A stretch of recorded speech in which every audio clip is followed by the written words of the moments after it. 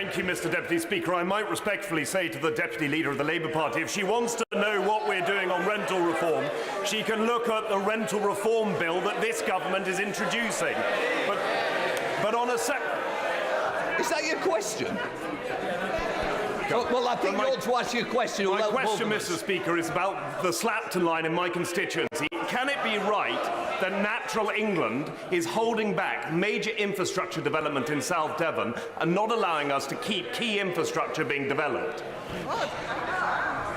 Well, my honourable friend is absolutely right to speak up for the Slapton line. It's one of the most beautiful roads in the country. I understand that the Slapton line partnership, which includes Natural England and the Environment Agency, are working closely with the local community on their plans. We now come to the Deputy Leader of the SNP, Murray Black. Thank you, Mr. Speaker. I would also like to begin by thanking all of the staff in our health services across these Isles. And as we celebrate the 75th anniversary of the health services in the UK, I want to reflect on two quotes from two people. The first one is, it's about using the private sector more, something we should be very comfortable with. The second quote is, people go as NHS patients to the private sector and we could do more of it. Can I ask the Deputy Prime Minister which quote is from the PM and which is from the Leader of the Opposition? They're both correct. Well, Mr. Speaker, may I actually just begin by saying genuinely how sorry I was to hear that the Honourable Lady will be standing down at the next election. She and I joined this House at the same time, and I know she has contributed much to her party and to this place. And may I also say, I'm sure she will wish to join me in celebrating His Majesty King Charles receiving the Scottish regalia, I think pretty much as we speak.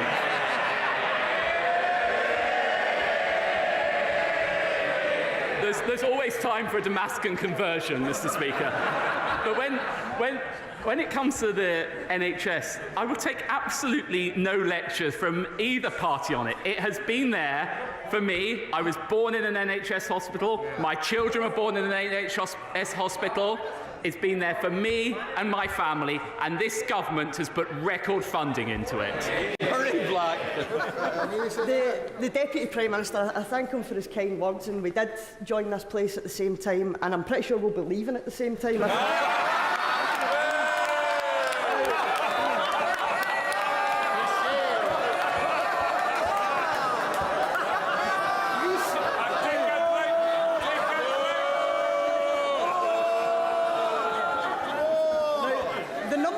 Problem that faces the health service across these Isles is workforce, and research shows that Brexit has worsened the UK's shortage of doctors. European nurses registering to work in the UK fell by 90% after the Brexit referendum. Wow. What more will it take for both him and the Labour Party to admit the damage that Brexit is causing our health services? Well, it all started off so nicely, Mr. Speaker, but I don't know whether the Honourable Lady has actually been listening to what the government has announced this week. We announced an additional £2.4 billion for our groundbreaking NHS workforce plan. That is the first time in the NHS's history that has happened. And if you look at the record since this party came to power, almost 40,000 more doctors and more than 50,000 more nurses. Once again, the Conservative Party delivering for the NHS. Sir Edmund Lee. Tonight, at West Lindsey's planning meeting, the RAF will apply for listed building consent to move the grave of Wing Commander Guy Gibson's dog. Apparently, the Home Office are quite content for 2,000 migrants to be cooped up next to 1,000 of my constituents living near the base, or actually on the base. But the RAF think it's intolerable that they should leave the grave of a dog who's lain in peace for 80 years. More importantly, will the Home Office start listening to us? If they insist on this proposal, will they put the illegal migrants at a discrete part of the base and let us get on with £300 million worth of levelling up, 100 buildings, many of them listed, a 2-mile-long runway, a spaceport, and let the dog lie in peace? Well, I think my honourable friend knows that we do have to take action to address the unacceptable cost of housing migrants in hotels. And I actually thank him for his constructive approach that he's taken to RAF Scampton playing a role in respect of that. Of course, Home Office ministers will have heard his broader representations, and I'm sure they will respond to him. Sir Geoffrey Donaldson. Thank you, Mr. Speaker. May I, on behalf of my colleagues, extend our deep appreciation to all those past and present who continue to be dedicated to our NHS, including our staff in the health and social care system in Northern Ireland. Mr. Speaker, in Northern Ireland, GPs, nurses, doctors and carers are adversely constrained by a lack of sufficient funding for our health service. The Northern Ireland Fiscal Council have highlighted that our allocation falls beneath need, which compounds the difficulty year on year. Can the Deputy Prime Minister assure me of the willingness of the Government to engage on this issue and to ensure that public services get what they need to continue delivering for the people of Northern Ireland? Yes, I'm very happy to give the Right Honourable Gentleman that assurance. As he knows, it is actually the case that the Department of Health in Northern Ireland has been allocated £7.3 billion, an increase of 20 million above 22-23. But of course it is the case that the absence of a Northern Ireland executive is exacerbating the severe challenges that the healthcare service in Northern Ireland is already facing, and a fully functioning devolved government is the right way to deliver the necessary reforms needed for the Northern Ireland Health Service. Thank you, Mr. Speaker. Of the 16,700 cases of melanoma diagnosed in the UK every year, sadly over 2,000 will prove fatal. Regularly applying sunscreen is our most effective weapon against this deadly disease, yet the Treasury remains stubbornly opposed to exempting VAT on these life-saving products. As a melanoma survivor, and with a further heat wave expected later this month, will my right honourable friend do everything in his power to remove VAT on high-factor sunscreen to save lives and to support the NHS as they celebrate their 75th anniversary? Well, my honourable friend is absolutely right to raise the dangers of melanoma. As a fair-headed person with a fair-headed family, where I'm acutely conscious of the need to wear sun cream. I won't trespass onto Treasury decisions in this setting, but I know my right honourable friend, the Chancellor, will have heard her representations. Crawley. Mr. Speaker, after 13 years of Tory government, this government's record is pretty dismal. Let's consider spiralling out of control inflation, interest rates set to hit 6.5% by the end of the year, energy prices double the rest of Europe, food shortages and strikes across the public sector and NHS, and graduates leaving university today with mountains of debt and little to no prospect of home ownership. Let me ask the Deputy Prime Minister, will he admit his Tory government's failure and urge the Prime Minister to call a general election now? Deputy Prime Minister. Well, rather than focusing on playing politics, we're actually delivering for the British people. I listened to the Honourable Lady's litany. I was interested to note that her leader has been in power for 100 days. And what's their record been? 3 failing First Ministers, 2 unfinished ferries, and a failed deposit return scheme. I think we can all agree the people of Scotland deserve better. Mr. Speaker, Conservative governments have a proud record of supporting the UK's steel industry. I've seen it many times in this House. I don't know where they're laughing, Mr. Speaker, because steel production halved under Labour. I've seen it many times in this House to talk about the importance of steel, not just to my hometown of Scunthorpe, but to our whole nation. So will my right honourable friend agree with me?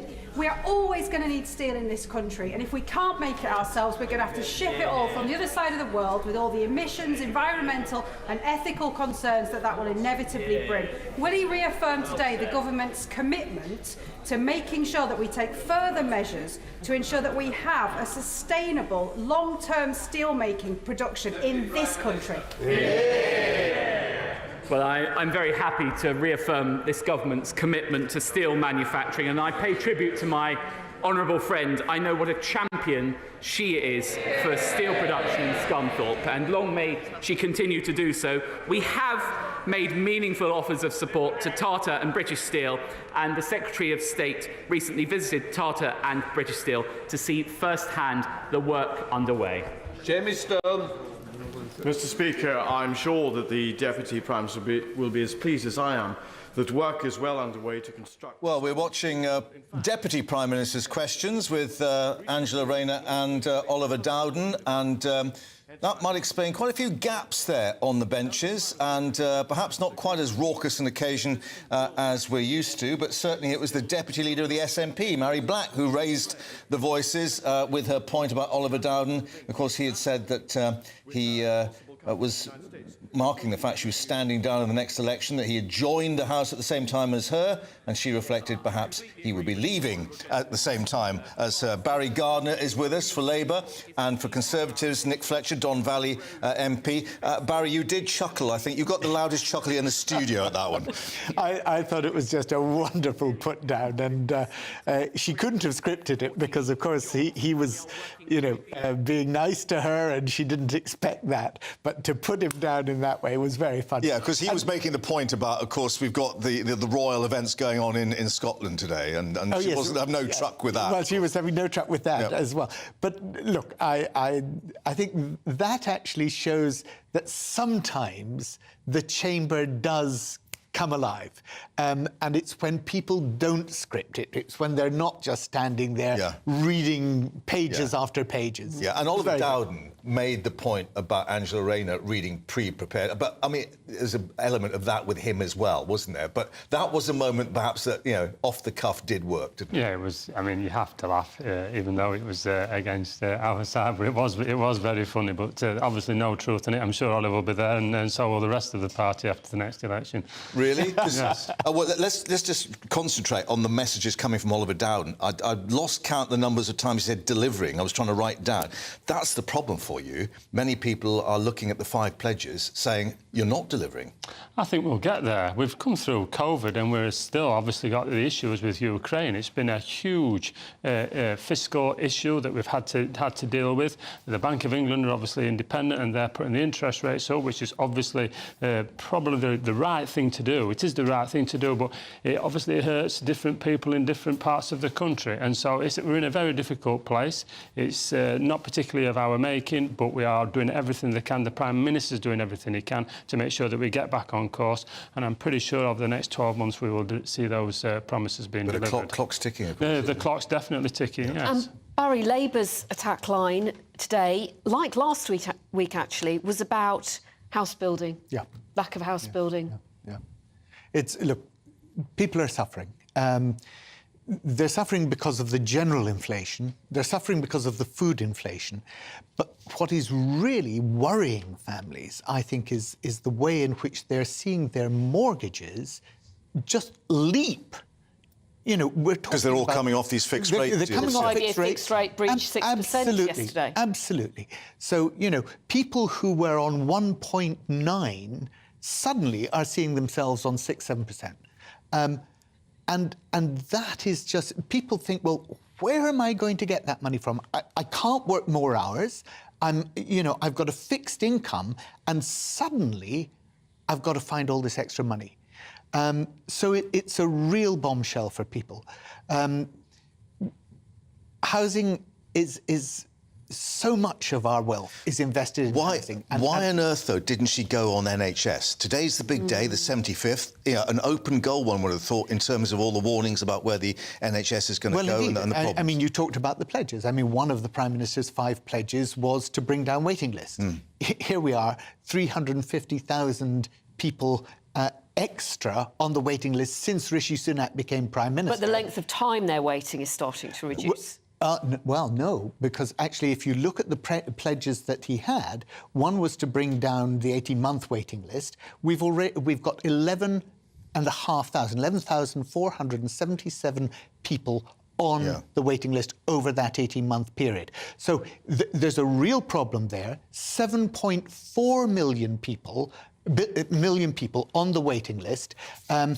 That is more than the entire population of Liverpool, Manchester, Birmingham, York, Newcastle, Edinburgh, Belfast, Swansea, Cardiff, put together. Yeah, and I think Maria Caulfield, the Health Minister, has acknowledged that waiting list could get even worse, get even longer. But we had Oliver Dowden, of course, referring to the workforce plan with £2.4 billion over 5 years. It could be that a Labour government benefits from that move rather than the Tory government. Well, we need to make sure that that doesn't happen as Conservatives. It's important, but the workforce plan was definitely the right thing to do. It's a first for the NHS. It's great that it came out before the 75th anniversary. It's definitely put a buzz into the people that are working in the NHS. I heard on the radio this morning, speaking with nurses this morning, and they were particularly enjoying their job, and they were pleased that the workforce plan had been put in place. You criticised them, though, for going on strike, didn't you? Yeah, I mean, I don't believe striking's the right thing to do. These are public services. I mean, when a private company goes on strike, then we don't have to pay for those services. If we're not receiving it, we don't pay. Unfortunately, the taxpayer continues to pay.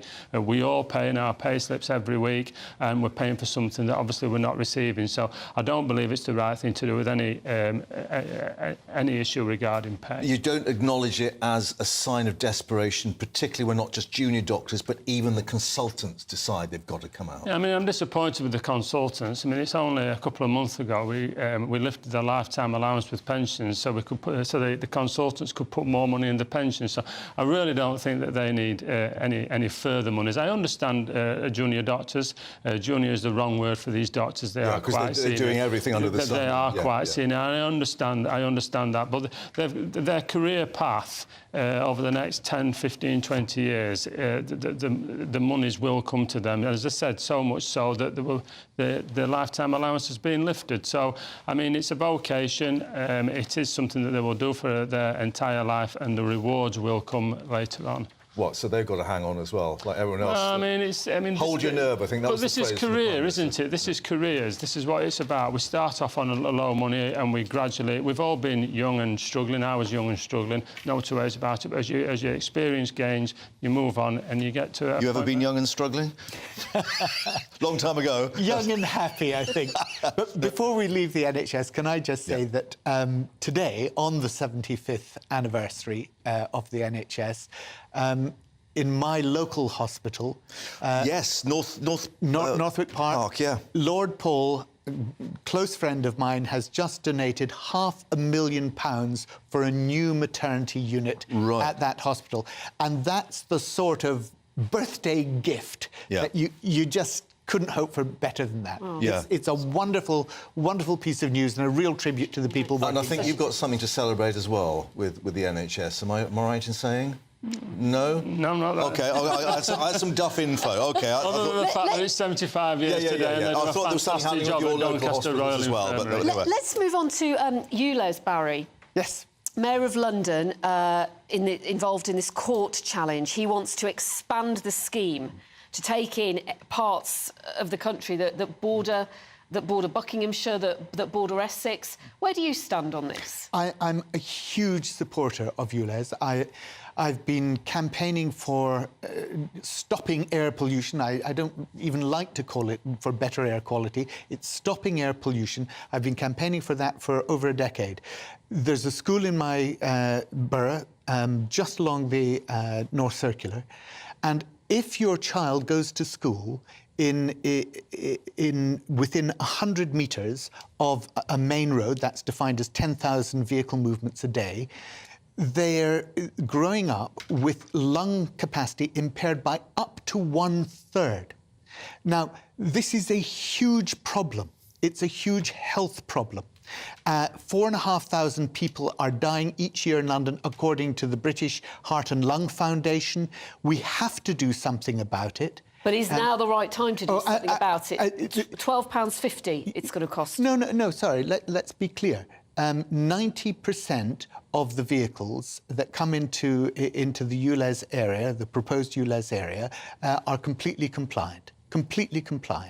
OK? So this is not something that everybody's, who travels into London is going to have to pay every day. Most of the vehicles are compliant.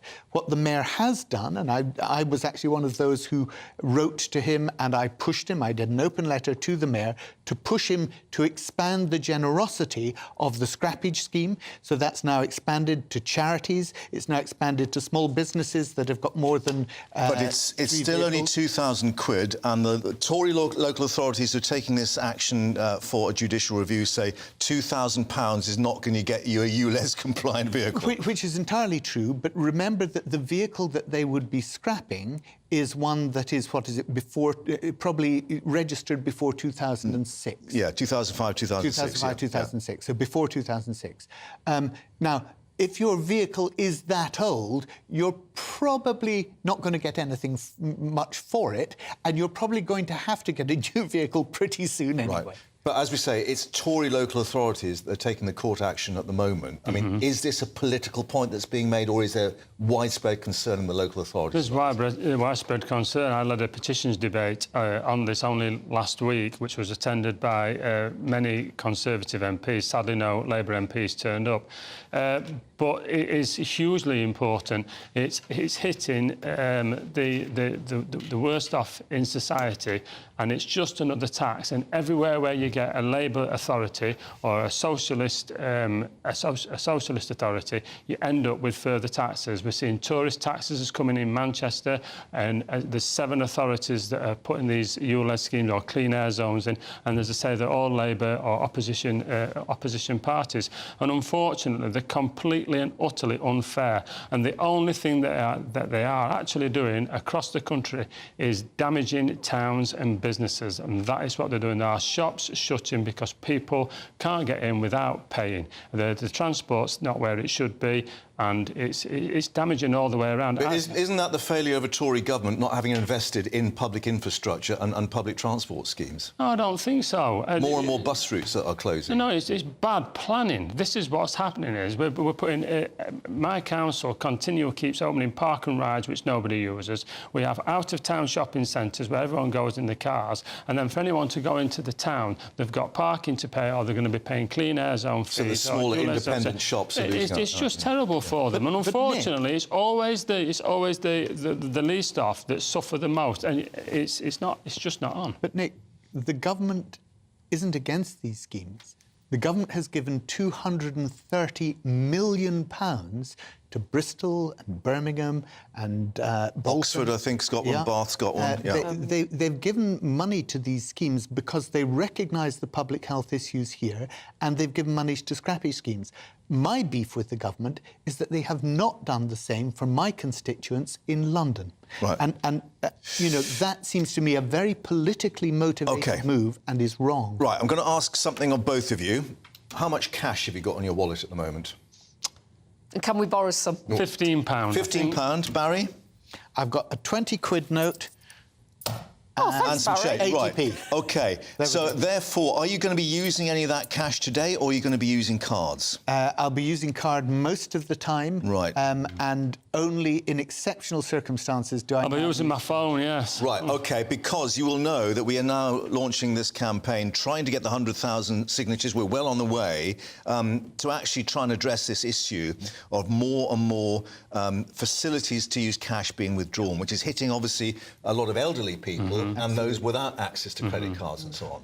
Yeah, I think it's really important that we do all continue to use cash. As I say, it's very difficult for some people not to use phones, and I just know, especially elderly people. But I just think it's good for society. I genuinely do think it is good for society for us all to use a certain amount of cash. Well, because you know what you're spending. Well, I mean, I think that's one thing, but I just do generally think it's a nice thing to do, to actually have that conversation. We walk in and out of shops these days. I mean, we've got shops without people serving them, and we just tap his phone, and there's just no communication there. Yeah. So I think we all ought to do a little bit towards Barry, will you spend a bit more cash? Yeah, you have your... Just give me his change back. You might need it later. I probably will.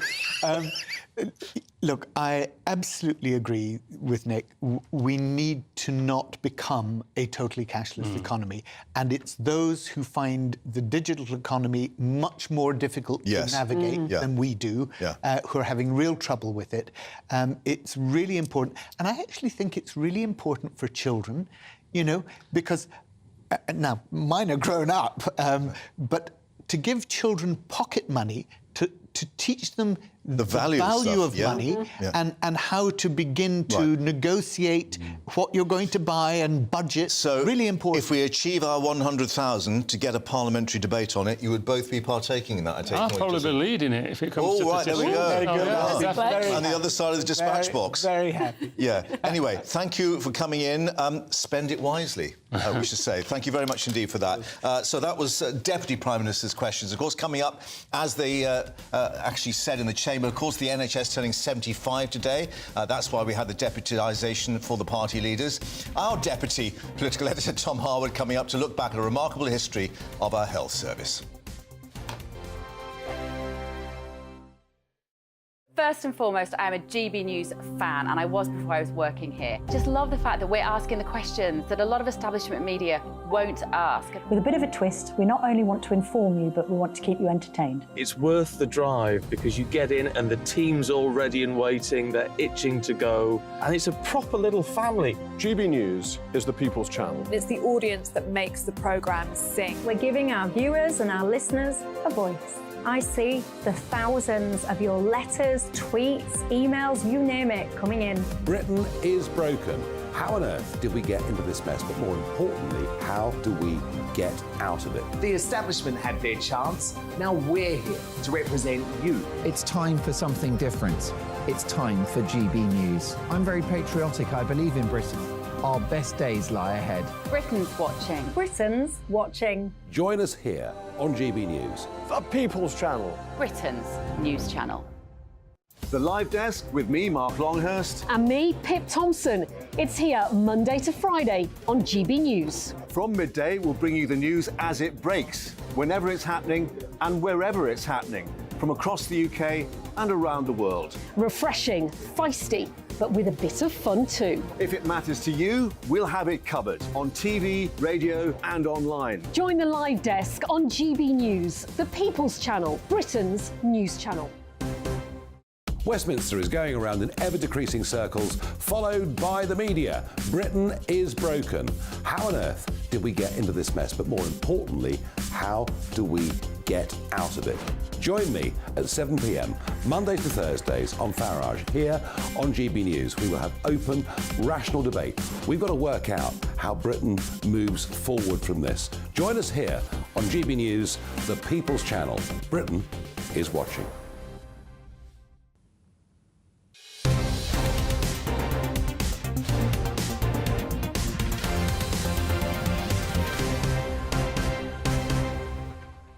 Welcome back to the Live Desk on GB News. The Health Secretary has called for evolution, not revolution, when it comes to the NHS, as it turns 75 today.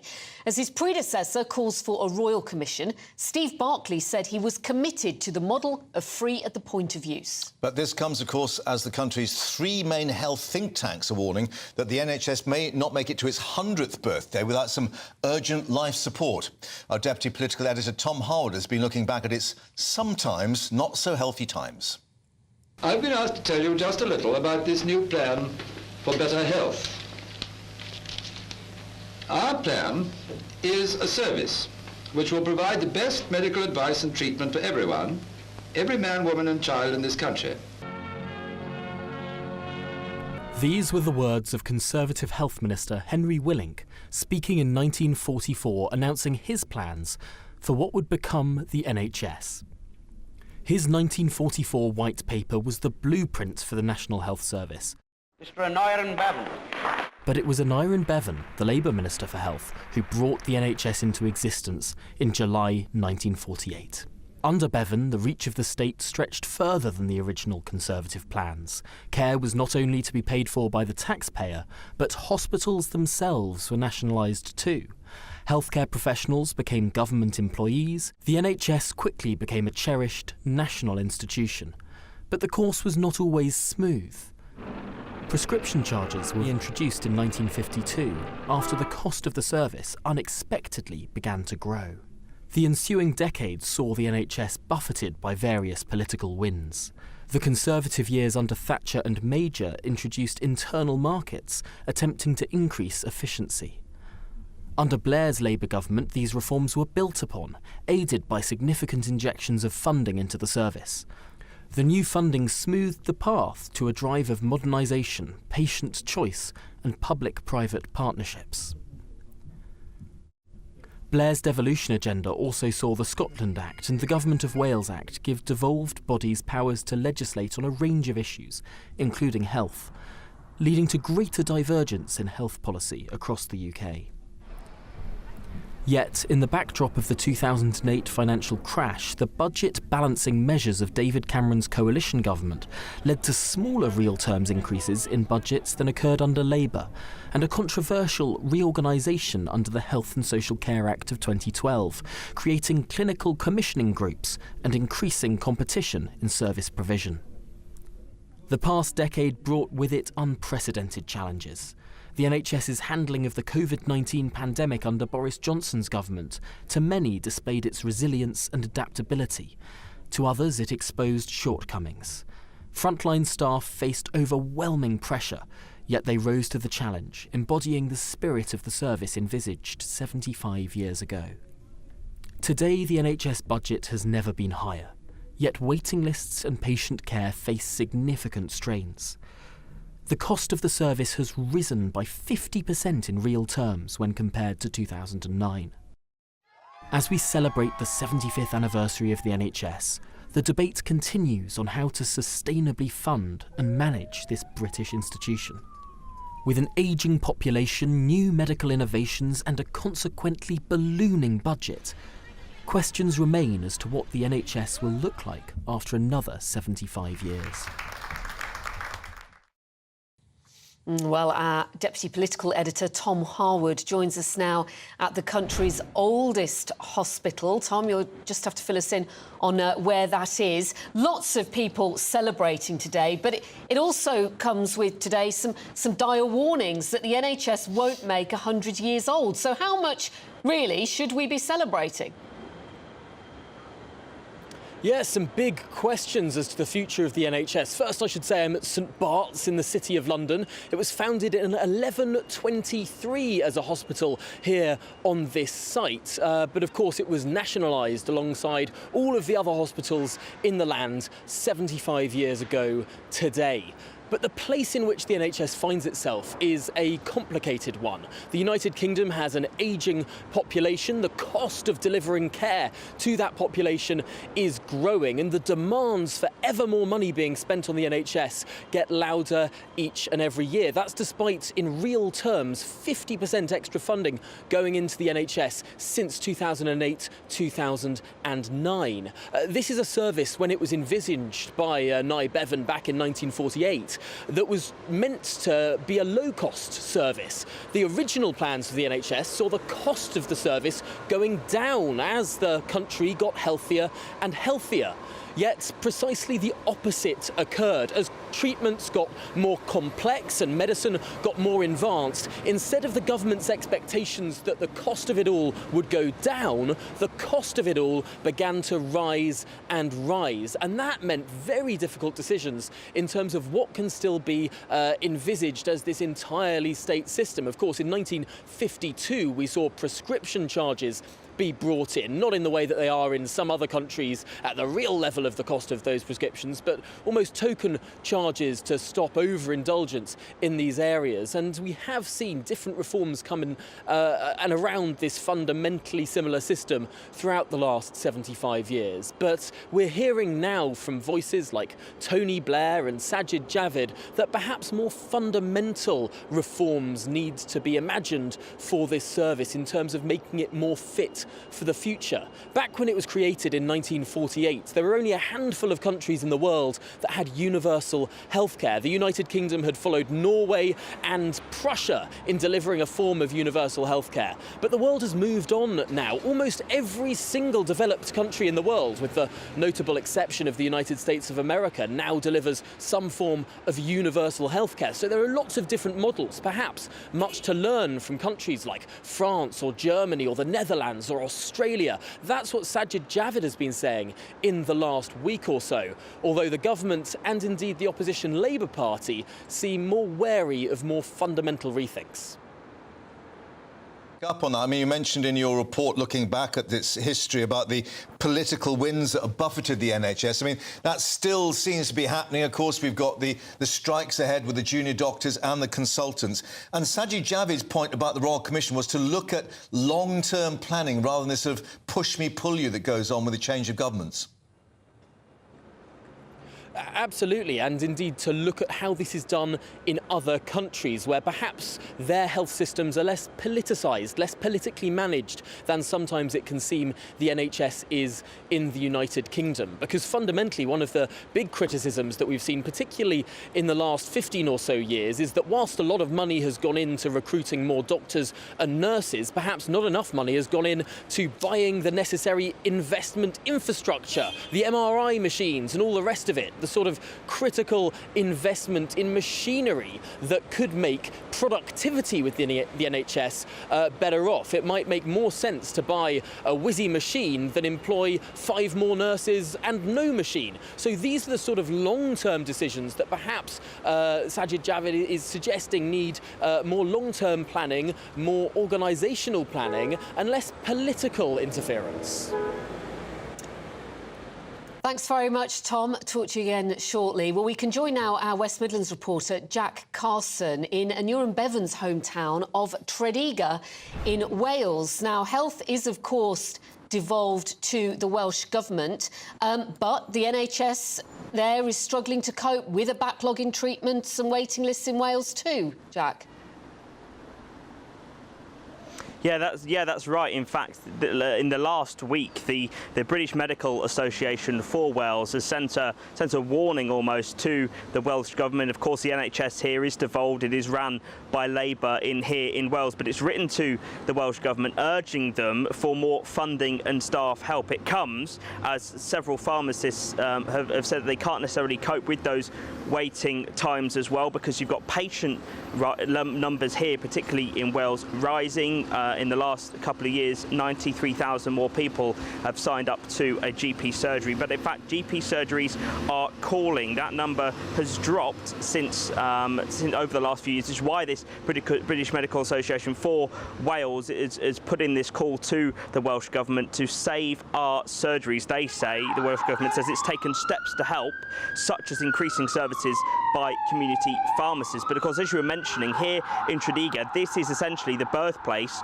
of the NHS, which was of course brought in 1948 by Aneurin Bevan. It all comes actually from inspiration he took from the Tredegar Workmen's Medical Aid Society. Essentially, it was a society of a group of doctors and others where local residents here, up to 20,000 at one point, would pay in a small amount, whether it's quarterly, per monthly, whatever they could pay for however many times, whether they pay by week, by month, they would pay into that society to receive healthcare free at the point of use. In fact, when Bevan himself stood up in Parliament and announced the foundation of the NHS, he said, all I'm doing is extending the entire population to Britain, the benefits that we've had in Tredegar for a generation of more. He said, we're going to Tredegarise you. I spoke to Alan Turrell, who's part of the Heritage Centre for the Tredegar Workmen's Medical Centre today, about why the NHS is so important to this area.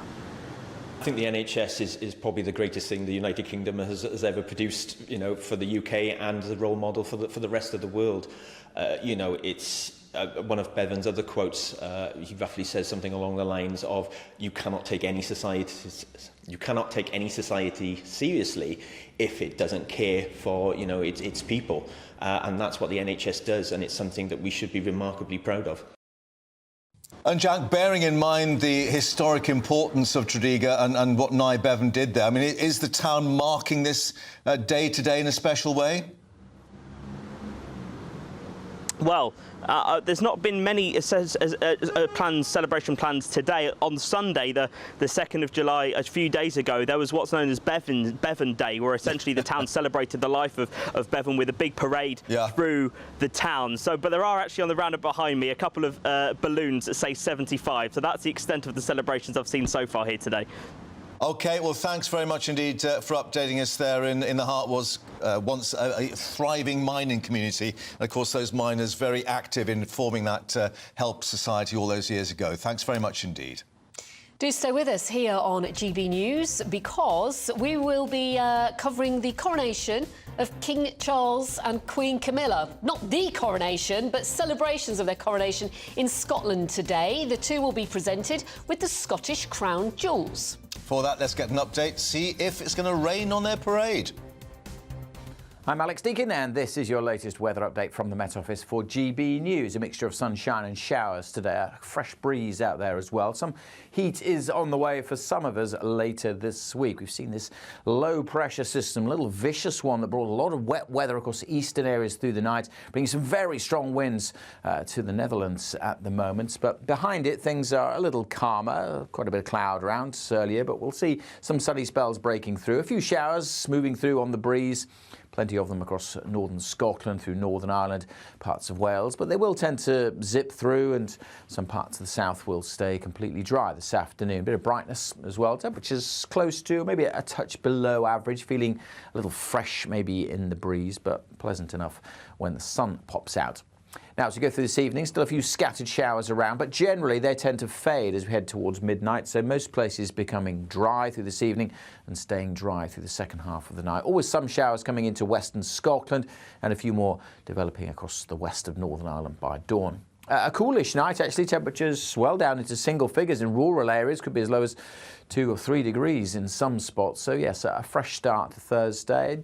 For much of England and Wales, it'll be a fine, bright day with a bit more sunshine maybe than today. A few showers for southern Scotland, northwest England initially, and later on we'll see some rain working into Northern Ireland. The breeze picking up here once more. That rain will eventually work along the west coast of Scotland too. But as I said, for many, it's a dry, bright day. A bit warmer than today as well. The wind's a little lighter, so feeling quite pleasant with temperatures mostly into the low 20s. But the wet weather will push into Northern Ireland, then into western parts of Scotland. The breeze picking up and introduce a few more showers during the evening over the north and the west of Wales. That's an area of low pressure. But with the winds coming up from the south, that will also bring some warmth with it. So some hot sunshine across eastern areas in particular on Friday before things turn a bit more mixed through the weekend.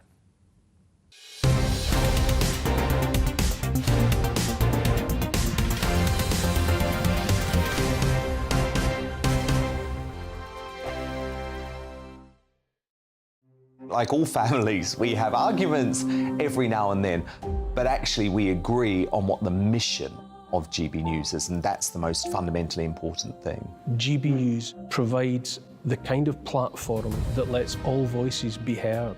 We don't hold back. We're free to say what we really think. Just because some people who live in a tiny little Westminster bubble think that their particular story is important, that's not the most important story for me. And often they will be difficult stories, stories that you won't find on the establishment media. Because what people think in the north of England may be very different to what they're thinking in the home counties. We're going to carry on telling the world what life is really like for households up and down the UK. We love to be in your car, in your kitchen as you're having your breakfast. Whatever you're doing, you are part of the show.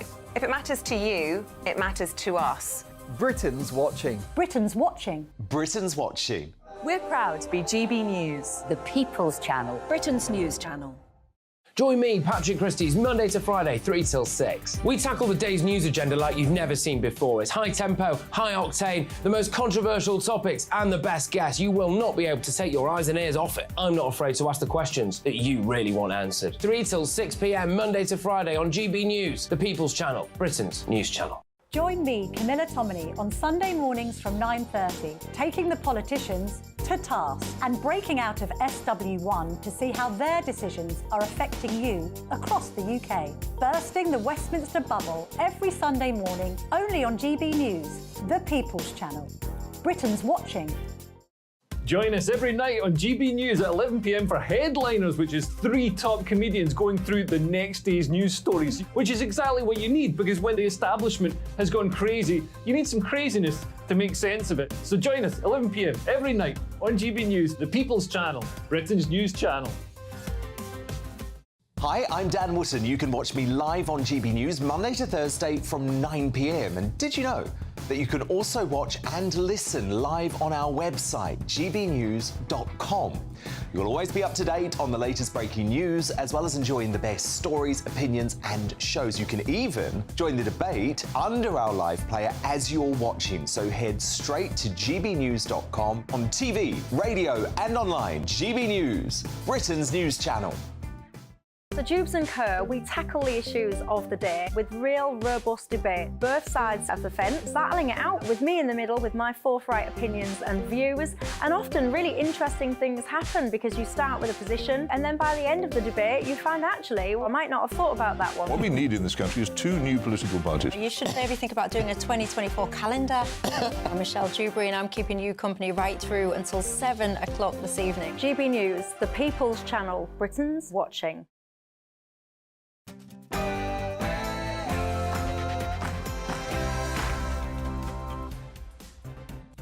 King Charles marks his coronation in Scotland. He'll be presented with the Scottish Crown Jewels this afternoon with a service of thanksgiving shortly. But could Republican protests dampen festivities? We're live north of the border.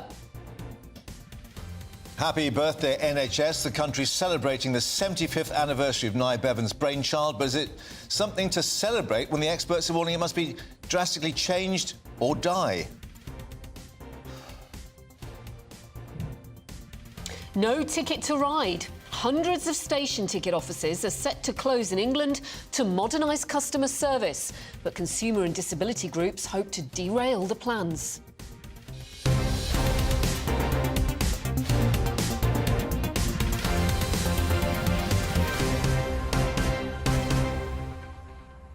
And also coming up, we'll be live outside RAF Scampton, where a decision on whether the grave of the famous Dam Busters dog can be removed is expected today. We'll update you on that. Before that, the latest headlines now with Tamsin.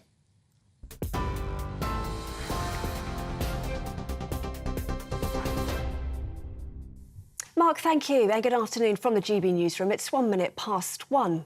The NHS has been described as a treasured national institution as it celebrates 75 years. But Labour is warning the health service will die without further investment and modernisation. A record 7.4 million people are currently on waiting lists, and the government has acknowledged the figure could get worse before it gets better. Party leaders, along with the Duke and Duchess of Edinburgh, are among those attending a special service at Westminster Abbey, paying tribute to staff. Earlier, the Shadow Health Secretary, Wes Streeting, told us the NHS is facing the worst crisis in its history and people who can't afford to go private are being left behind.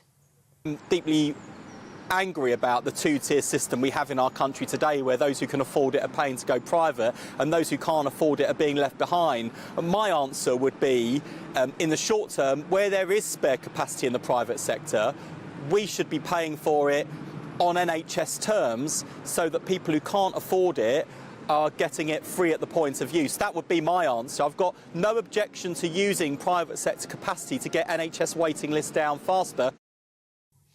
Well, Health Minister Maria Caulfield, who is also a nurse, says strike action is putting more pressure on the service.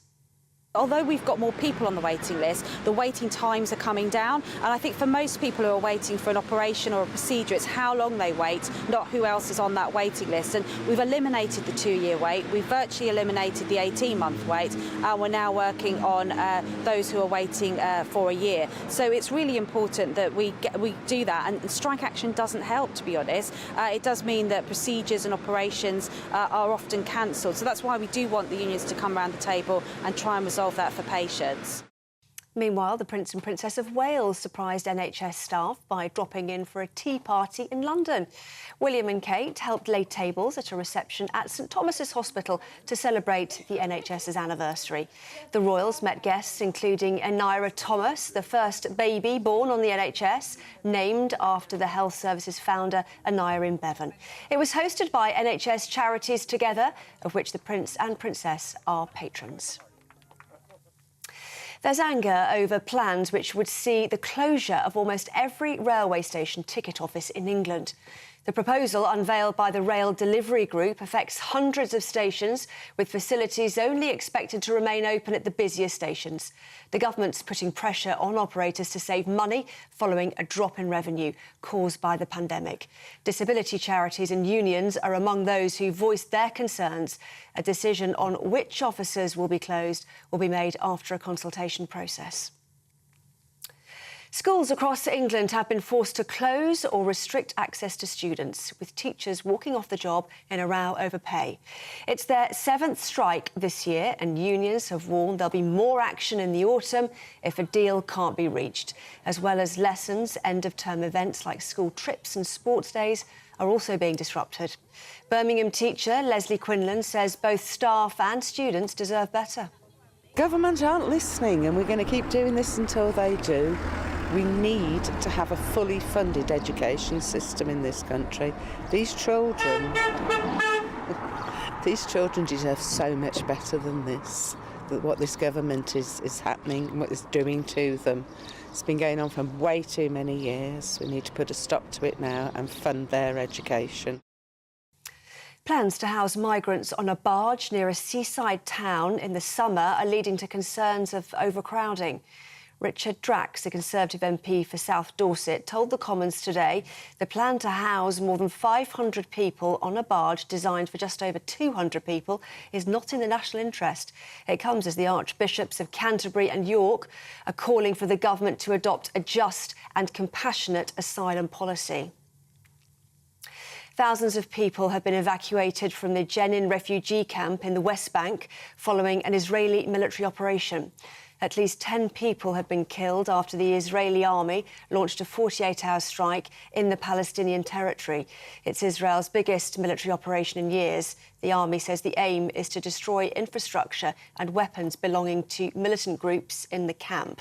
The raid follows months of tensions between Jenin locals and the military. The King will be presented the Scottish Crown Jewels at a coronation service that's just about to begin in Edinburgh. King Charles and Queen Camilla will be commemorated at St Giles Cathedral. And in just a few moments, a people's procession is to start walking through the Scottish capital before a royal procession follows this afternoon. The King is to receive a crown, a sceptre and a sword made of gold, silver and gems, known collectively as the Honours of Scotland. This is GB News. More headlines from me shortly. Now, though, it's back to Mark and Pip.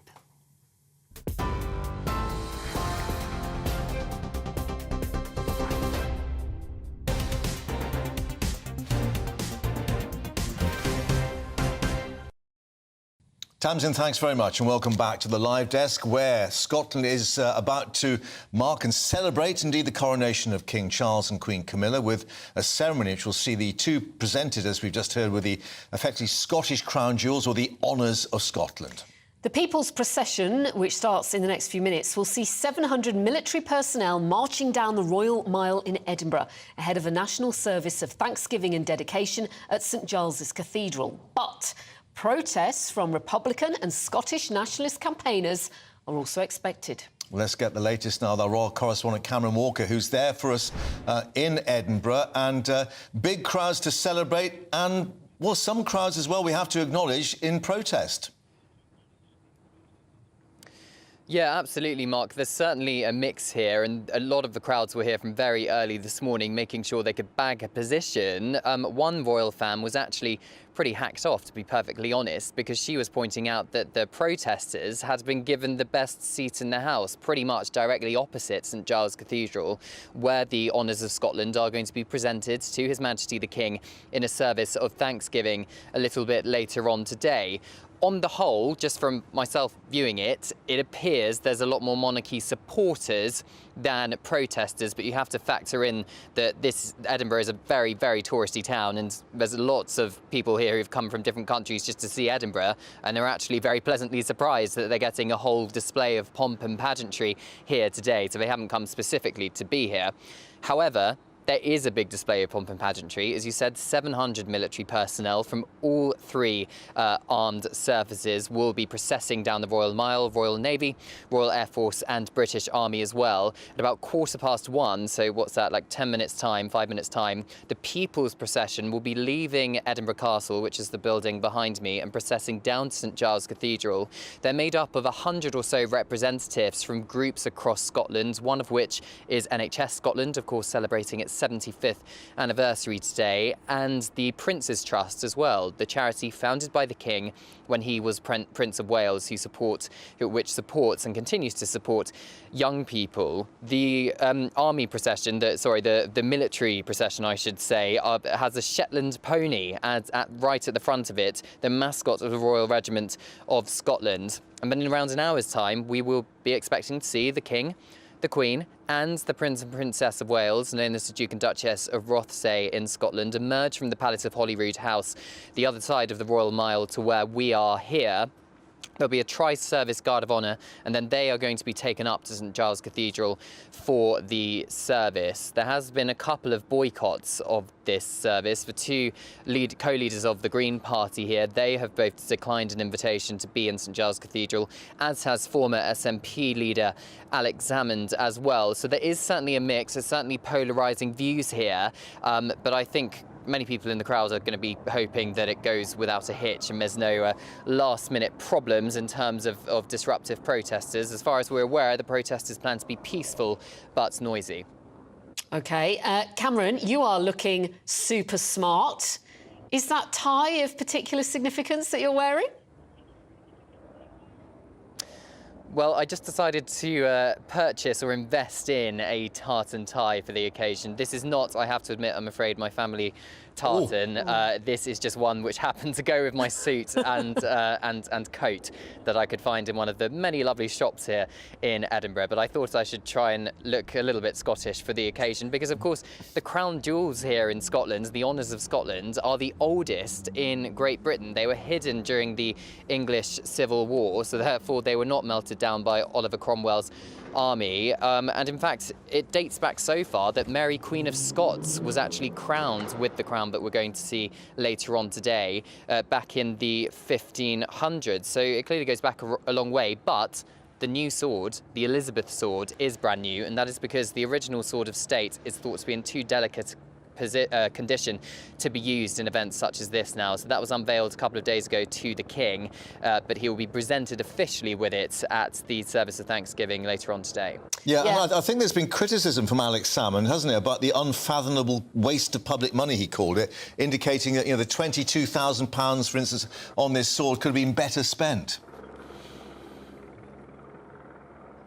Yeah, he did, and he also pointed out that if you're a true, this is Alex Salmond's words, not mine, if you're a true Scottish monarchist, then actually you should be really disappointed and upset with what is happening in Scotland today. He described this as a kind of half-hearted attempt of a Scottish coronation, and Alex Salmond yesterday was pointing out that actually there was, once upon a time, before the Union of the Crowns in 1603, a separate Scottish monarchy, and they were crowned. They had their coronations in Scone Palace and sat on the Stone of Scone, which was taken down from Edinburgh Castle to Westminster Abbey for the coronation service in May. It's now back up in Edinburgh Castle, but it is, I believe, already actually in St Giles Cathedral to take part in this coronation service as well. So, yeah, there's lots of different views here of how best the monarchy in Scotland should conduct itself. Cameron, thank you. And interesting, actually, that Elizabeth sword we were just talking about will be held by Dame Catherine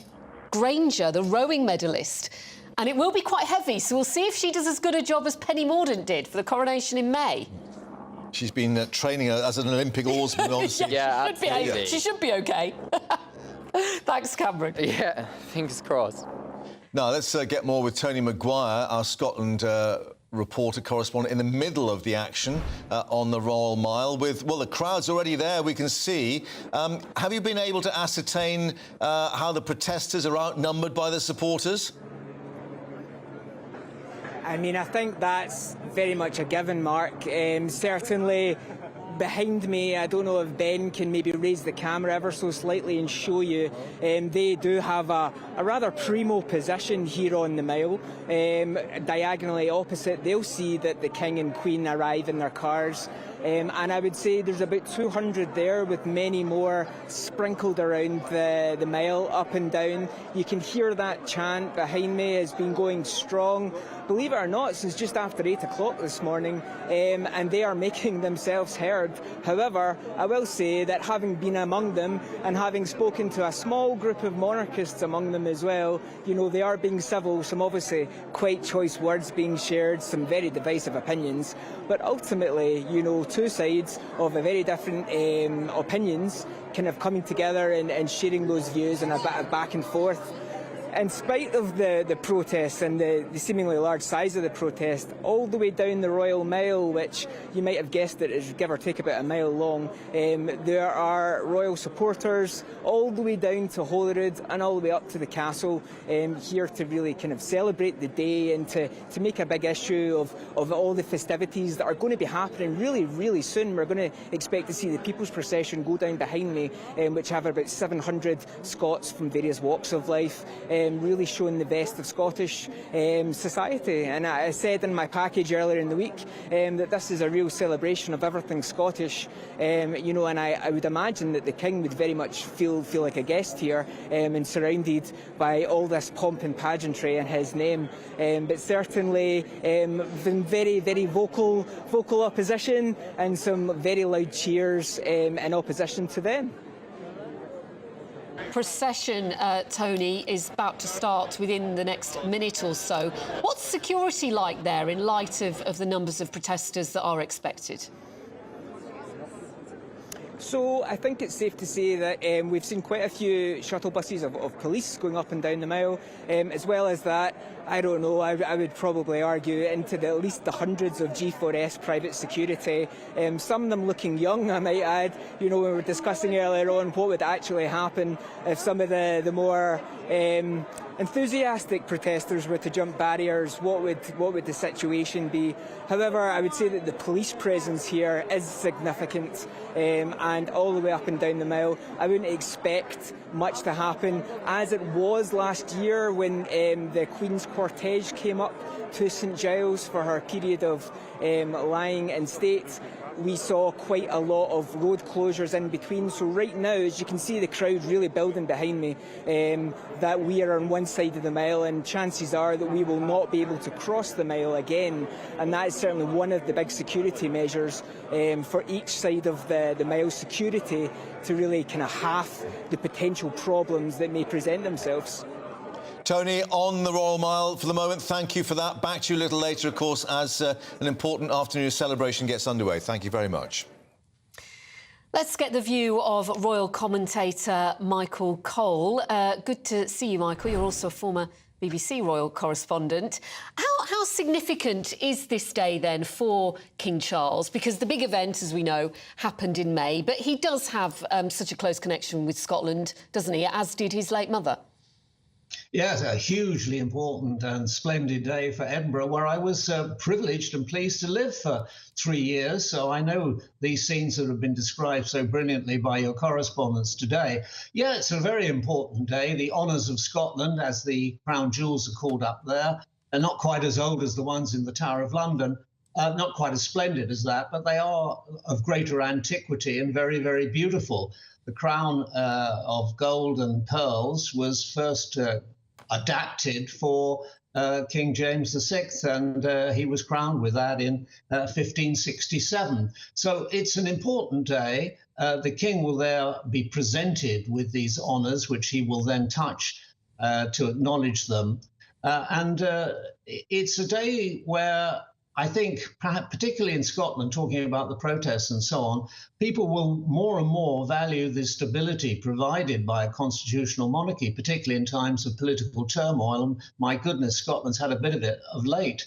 And there was always a great deal of loyalty towards, obviously, the Queen Mother, who was of Scottish origin directly, and of course the royal family, who are committed to owning the Balmoral estate and spending as much time up there as possible. And here we see the king resplendent in his kilt, reviewing the honourable company of archers who are his bodyguard when he's in Scotland. So it's an important day. Of course, part of being in a constitutional monarchy, one of the glories is that we have democracy and we have freedom of speech, and that means you can be allowed to protest. But let me just say, during Queen Victoria's reign, there were dozens of Republican clubs, but 120 years after she died and 6 reigns further on, we're still a monarchy. So it has powers of endurance. And I think I'm right in saying there's no constitutional requirement as such for this ceremony today, but it is still a very important act of dedication, i.e. it really is still needed. Yes, indeed. And of course, Her Majesty the Queen, who always spent the first week in July up in Scotland, she came there after her coronation on 2nd of June 1953. She came to Scotland and went through something very, very similar. But of course, this one's different because, as Cameron has mentioned, this magnificent Elizabeth sword, named after her, which has been created by Scottish craftsmen, it ought to be said. And I would have thought that Alex Salmond, my dear old friend, ought to be welcoming that. We must remember that when he was the leader of the Scottish National Party, and there was some chance of there being an independent Scotland, he said rather condescendingly, we shall keep the Queen. I don't know what the Queen thought about that, but he was very keen on the monarchy at that particular time. Yeah. So I think we have to judge his words in that context. Yeah, we're just seeing some pictures live now at St Giles Cathedral, people gathering. As I said, there it goes, the signal goes, inevitably. But I think he's actually declined or rejected his invitation to the cathedral today, and yet he's saying that he should, or maybe there should have been a full-scale coronation as such at Scone, as Cameron was in. So it's, you know, different signals coming from him on this, really.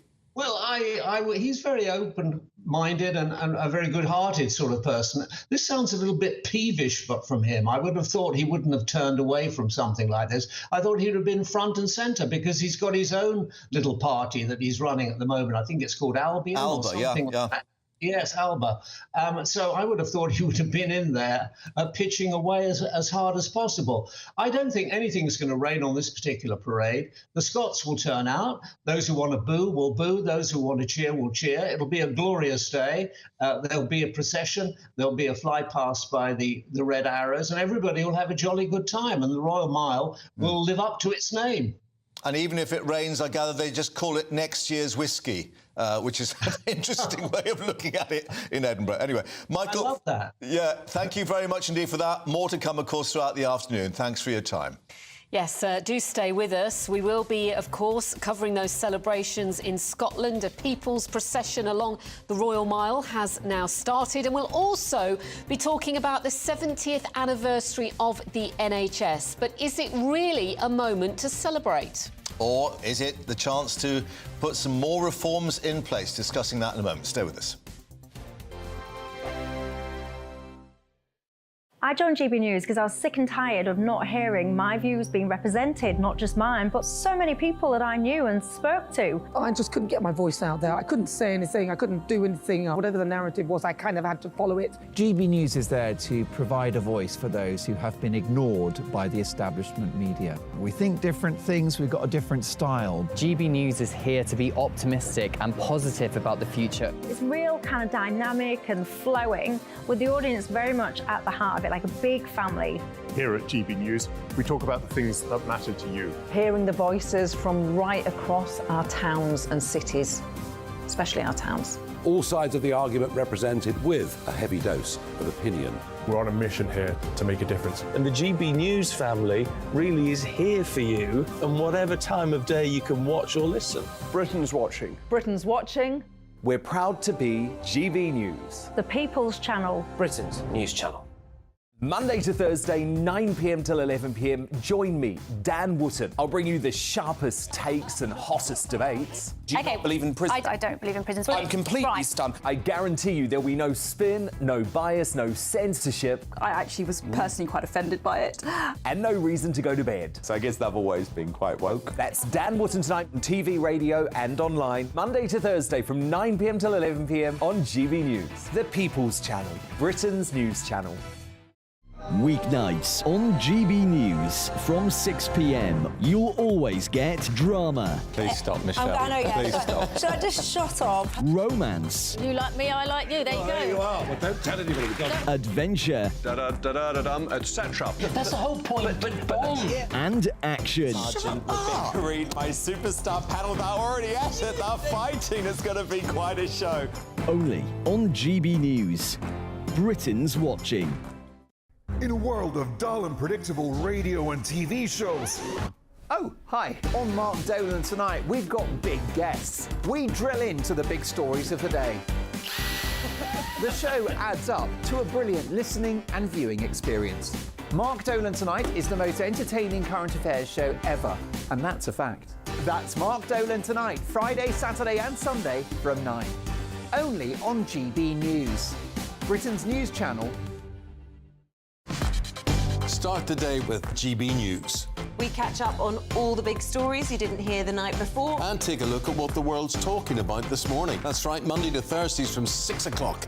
It's Breakfast with Eamon and Isabel. Straight after breakfast, join us, Bev Turner and Andrew Pearce. We're going to take you through till noon. We'll be tackling the big topics of the day, including the things that the other channels just won't talk about. If it's happening here. Wake up to mornings on GB News. The People's Channel. Britain's news channel.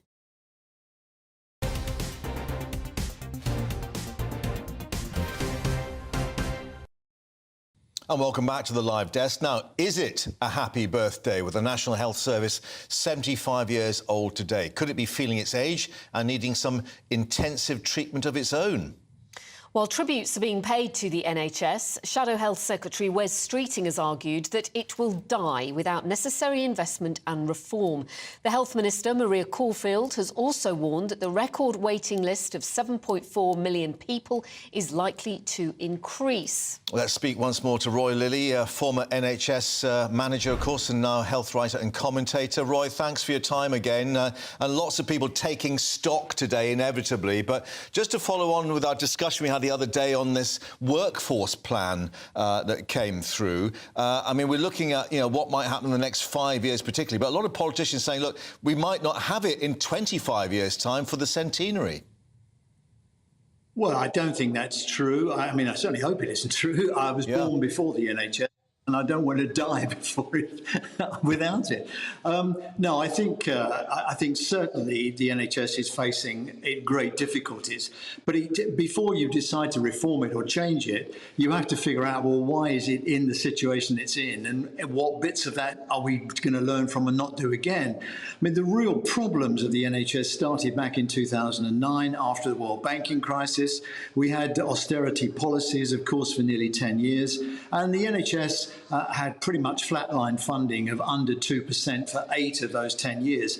That was when the real damage was done. We didn't train enough nurses, enough doctors, we didn't buy enough kit, build enough beds, enough hospitals, didn't repair enough hospitals. I mean, the repair bill now is close to £10 billion. So then we went into COVID. When we went into COVID, there were 4.5 million people on the waiting list, about 40,000 vacancies in the nursing population alone. We struggled through COVID, came out the other end, everybody's exhausted.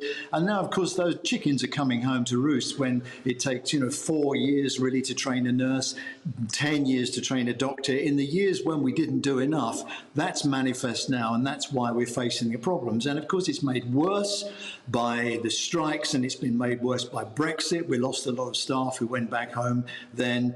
And then, of course, we had the sort of fag end of COVID and a very bad flu season. So the NHS has taken a battering. If we're going to talk about reforming it, OK, well, what is it we're going to reform? I mean, if we've got to change the way we pay for it, that's fine. I'm pretty agnostic on that. If you take your taxes out of your left-hand pocket and your insurance payments out of your right-hand pocket, it's still your trousers. You've still got to pay. Most people think collecting taxes centrally and redistributing it is the cheapest way of doing it. Better than a dozen insurance companies are going to have boards and dividends and shareholders and what have you to pay. So it's probably the simplest way of doing it. What the NHS really needs now is a period of calm. Actually, the NHS is looking after more people now than it's ever done at any time in its history, and it's made big inroads into the 2 and 18-month waiting list. So I think, you know, if we could solve these wretched strikes, because every day of strike knocks 100,000 people off the waiting list and they have to come around and start again. Yeah, so but the problems... I think what Sorry, Roy, Yes, I was just going to say the problems with the NHS, you know, have been going on way before these strikes have been happening. Let me just ask you also about social care, because isn't the NHS creaking because social care is in such a state and patients are staying in hospital for far too long because there isn't that social care in the community to look after them? So the NHS ain't going to get fixed until social care is. Sorry, there's a little delay on the line. I beg your pardon. Pip, you're absolutely right to put your finger on that. I mean, the Department of Health is actually the Department of Health and Social Care, but it's only in the name above the door, because social care is actually run through local government, which is funded by an entirely different part of government. And you are right, the NHS does depend on social care being there to help with discharge, and more importantly, you know, really good domiciliary care can prevent an awful lot of admissions in the first place. So until we solve social care, the NHS is still going to have that to worry about. Social care has 160,000 vacancies because the money isn't in the system to pay people properly, and there is no career structure and no proper training for people in social care. So we get a lot of people who come in who are very low paid and they aren't very well trained. And it only takes, I was in Birmingham just recently where I was talking to some social care managers there, and their heads were in their hands because Amazon had opened up some great warehouse nearby and they'd lost all their staff. And that's the problem. Yeah, the staffing as well as the money being put into it. Can I just ask you, did you raise your eyebrows when a certain Sir Tony Blair, former Labour Prime Minister, suggested it may now be time for, yes, a two-tier health system, so those that are able to afford it can get the private care to relieve the system? Yes, I did more than raise an eyebrow. It fell off my chair. It came from Tony Blair. No, it's a bonkers idea, really. I mean, where would the cut-off be? How would you judge who's got enough money to pay? You know, you could have a heart attack in the street, be scooped up by an ambulance, and you could end up needing a heart transplant. You know, it's very complicated to do that. Yeah. Roy, thank you very much indeed for that. We're just going to break away because we've got things happening in Edinburgh. Thank you for your time. Let's go back to the Royal Mile and we can see the procession, but also the protesters there in the background with those yellow placards. This on the Royal Mile. And our correspondent there, Tony, was saying that the feeling has been fairly sort of relaxed in terms of the protesters and their interaction with the royalists and the monarchists and all those supporting today's events. But we can see the saltire actually flying there as well as the Union flag in the background. So maybe a little bit of Scottish independence mixed up with the anti-monarchists as well. Yeah, and that royal, that procession, the People's Procession, that is going on until about 2:15 when this national service of Thanksgiving will be held in St Giles's Cathedral in Edinburgh. And in fact, the protesters, according to reports, seem to have got quite a prime spot, really. There's an area fenced off for them outside the cathedral, so they've actually got a really good view, Mark. Yeah, they've got a ringside seat. But let's just reflect that we've got some 700 military personnel involved in the march a little later on. So perhaps they shouldn't mix it with those particular forces from the RAF, Scottish regiments and the Royal Navy as well. And then, of course, we've got that very important event of dedication at St Giles, which we'll be bringing you. More coming up, of course, from Edinburgh. Let's get an update now on the headlines with Tamsin.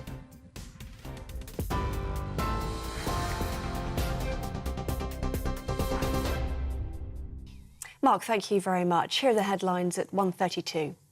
The NHS has been described as a treasured national institution as it celebrates 75 years. But Labour is warning the health service will die without further investment and modernisation. A record 7.4 million people are currently on waiting lists, and the government has acknowledged the figure could get worse before it gets better. Party leaders, along with the Duke and Duchess of Edinburgh, were among those to attend a special service at Westminster Abbey, paying tribute to staff. There's anger over plans which would see the closure of almost every railway station ticket office in England. The proposal, unveiled by the Rail Delivery Group, affects hundreds of stations, with facilities only expected to remain open at the busiest locations. Disability charities and unions are among those who voice their concerns, saying it'll impact vulnerable people and will lead to job losses. Schools across England have been forced to close or restrict access to students, with teachers walking off the job in a row over pay. It's their 7th strike this year, and unions have warned there'll be more action in the autumn if a deal can't be reached. As well as lessons, end-of-term events like school trips and sports days are also being disrupted. The People's Procession is underway in Edinburgh, where King Charles and Queen Camilla are due to be commemorated at St Giles Cathedral this afternoon. As part of the coronation celebration, the King will receive a crown, sceptre and a sword made of gold, silver and gems, known collectively as the Honours of Scotland. Well, you can get more on all of those stories by visiting our website, gbnews.com.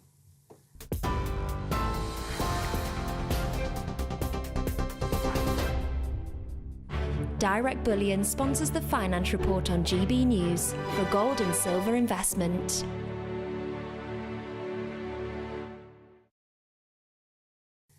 Well, here's a quick snapshot of today's markets. The pound will buy you $1.2697 and €1.1667 euros. The price of gold is £1,518 and 21 pence per ounce, and the FTSE 100's at 7,473 points. Direct Bullion sponsors the Finance Report on GB News for physical investment. First and foremost, I am a GB News fan, and I was before I was working here. Just love the fact that we're asking the questions that a lot of establishment media won't ask. With a bit of a twist, we not only want to inform you, but we want to keep you entertained. It's worth the drive because you get in and the team's all ready and waiting, they're itching to go, and it's a proper little family. GB News is the People's Channel. It's the audience that makes the programme sing. We're giving our viewers and our listeners a voice. I see the thousands of your letters, tweets, emails, you name it, coming in. Britain is broken. How on earth did we get into this mess? But more importantly, how do we get out of it? The establishment had their chance. Now we're here to represent you. It's time for something different. It's time for GB News. I'm very patriotic. I believe in Britain. Our best days lie ahead. Britain's watching. Britain's watching. Join us here on GB News. The People's Channel. Britain's news channel. I'm Andrew Doyle. Join me at 7 o'clock every Sunday night for Free Speech Nation, the show where I tackle the week's biggest stories in politics and current affairs with the help of my 2 comedian panellists and a variety of special guests. Free Speech Nation, Sunday nights from 7 on GB News, the People's Channel, Britain's news channel. The Live Desk with me, Mark Longhurst. And me, Pip Thompson. It's here Monday to Friday on GB News. From midday, we'll bring you the news as it breaks, whenever it's happening and wherever it's happening, from across the UK and around the world. Refreshing, feisty, but with a bit of fun too. If it matters to you, we'll have it covered on TV, radio and online. Join the Live Desk on GB News, the People's Channel, Britain's news channel. What you get for breakfast is something that, if we do our jobs right, you will wake up to news that you didn't know the night before. It's a conversation. It's not just me and Eamon. We want to get to know you, and we want you to get to know us. From 6, it's Breakfast with Eamon and Isabel. Monday to Thursdays on GB News. Britain's news channel. Westminster is going around in ever-decreasing circles, followed by the media. Britain is broken. How on earth did we get into this mess? But more importantly, how do we get out of it. Join me at 7 p.m, Mondays to Thursdays on Farage, here on GB News. We will have open, rational debate. We've got to work out how Britain moves forward from this. Join us here on GB News, the People's Channel. Britain is watching. When the news happens, it happens here. And really important breaking news. Breaking news this morning. On TV, radio and online, the news starts here on Britain's Newsroom. All the biggest stories and the answers that you need from across the UK and beyond. Join Britain's Newsroom from 9:30 on GB News. The People's Channel, Britain's news channel.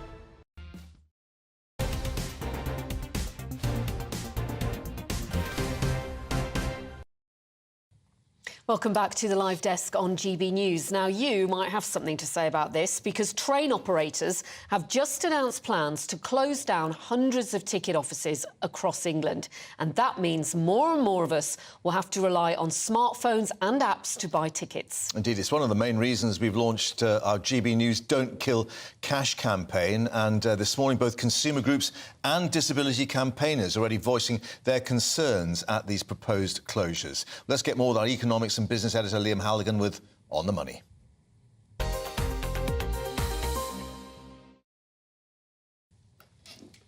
Well, this has gone down badly, hasn't it, with a lot of charities, disabled groups. It could really put them off travelling by train, Liam. It does make it a lot more difficult to travel by train if we have to rely on ticket machines that now very rarely take cash. It's all cards. Over 1 million people in the UK, 1 million adults, don't even have a bank account, so they don't have a debit card. Or even more complicated for a lot of older people, you've got to buy a ticket using an app on your smartphone, which often means you need to be in an area with proper 4G reception or in a Wi-Fi hotspot. It really does make it a lot more complicated. Let's have a look at some of the numbers involved. Now, the train operating companies, they're just the latest businesses that are trying to get away from the costs of handling cash, both in terms of banking and people. They want to close down ticket offices. Pre-pandemic, 2019, 24% of tickets were bought at ticket offices. That's now just 12% of tickets are bought at ticket offices. But for those people that are buying tickets at ticket offices, they want to talk to somebody. They want to, what are my options? What's the best deal? I've got a family of 4. This kid's 15. This kid's 17. Stuff that you can't really get from an app.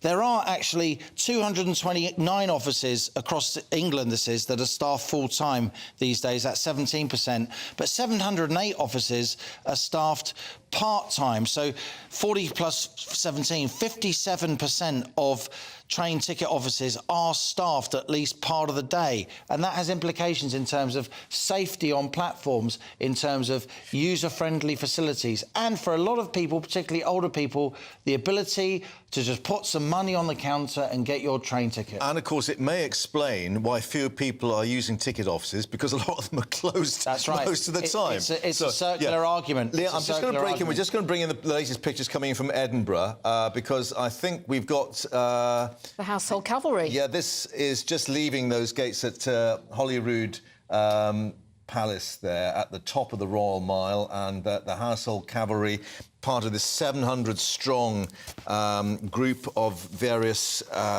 military personnel, just to reflect that we've got the Royal Navy represented, the RAF and the Army, but clearly the mounted division there, the Household Cavalry, is taking pride of place with helmets and breastplates polished for this occasion. And, yes, the kilts, the pipes and the drums as well. I think, should we have a listen in to see if we can hear that? No, they're very quiet at the moment. We'll just boost the microphone. Oh, well, that woke you up. So, just a flavour of what's going to be quite an extraordinary few hours here in Edinburgh to mark this occasion in Scotland. It's not a coronation as such, but certainly it is an act of celebration and dedication for King Charles and Camilla on this occasion. The People's Procession and the Honours of Scotland, all this heading down towards St Giles Cathedral, where that important ceremony will be taking place a little later. Yeah, in about 25 minutes' time, the King and Queen Camilla will be leaving the Palace of Holyrood House, which is their official Scottish residence. And then there'll be a national service of Thanksgiving at St Giles's Cathedral, where the King will be presented with the honours of Scotland. And there we can see the horses of the household division, of course, so much loved by the Queen. The horses, the Royal Standard will be part of this, and indeed we have seen further down the Royal Mile the saltire as well as the Union flag. Yeah. But certainly the sun is shining, so those breastplates gleaming along with the helmets. Just to remind you, 700 members of the various armed forces. And also we'll have the Shetland pony Cruach IV, the mascot of the Royal Regiment of Scotland, featuring as well, so we'll keep an eye out for that. Mounted regiments of the Royal Regiment of Scotland as well, and the pipes and drums of the RAF. So lots more to come there in Edinburgh in the hour or two to come. Follow that, Liam. Sorry to interrupt you. That's all right. The honours of Scotland, of course, they are the crown jewels and so on. The crown's actually too small to put on Charles's head. But still, I think this completes the sort of whole coronation ceremony, doesn't it? So it's very important. But just to go back to our GB News campaign, you mentioned it when we were talking about train tickets there. It's not just train tickets, is it, that people want to use cash for? You know, try parking in the middle of lots of towns and cities these days. You've got to download apps. It's often very, very difficult. If you've got no reception, your phone's running out. People just want to put a few quid into a machine, but businesses don't want to handle the costs of that. But here at GB News, we are running this campaign, Don't Kill Our Cash. And where are the numbers at the moment? Because they're rising pretty rapidly, aren't they? I'll come to the numbers of how many people have signed our petition in just one moment. But let's just look at suspense. Let's just look at the numbers in terms of how many people are using cash these days. If we go, I think we've got the graphic. If we go back to 2012, you had 60% of transactions were cash. These days, it's just 30% of transactions, Pip and Mark. And by 2035, it will be less than 10% of transactions. These are numbers from UK Finance, which is kind of the industry body group for the British banking sector. And already we've got cash deserts. 20%, a fifth of holes in the wall, bank, ATMs have closed since 2018. So for an awful lot of people, they can't actually get hold of cash. And when they get hold of cash, they can't use cash. And if you go onto gbnews.com/cash, you can sign our petition. Less than 48 hours ago, we started this campaign. We're already at almost 110 signatures, which brilliant. And one individual person can only sign once. It's not like people are signing up multiple times. And just explain the significance of that 100,000. Once you're over 100,000, you can then lobby parliamentary authorities, which I will be doing this evening. I'm going to a meeting tonight where there'll be some ministers there and other parliamentarians, and I'll be lobbying them for a full parliamentary debate. Well, in fact, we had two parliamentarians in here only an hour or so ago, and they are backing the campaign, which is great. So hopefully they will spread the word. I really don't think it's a backward thing to want to keep cash. People say, oh, why don't you just get with the technology and all the rest of it?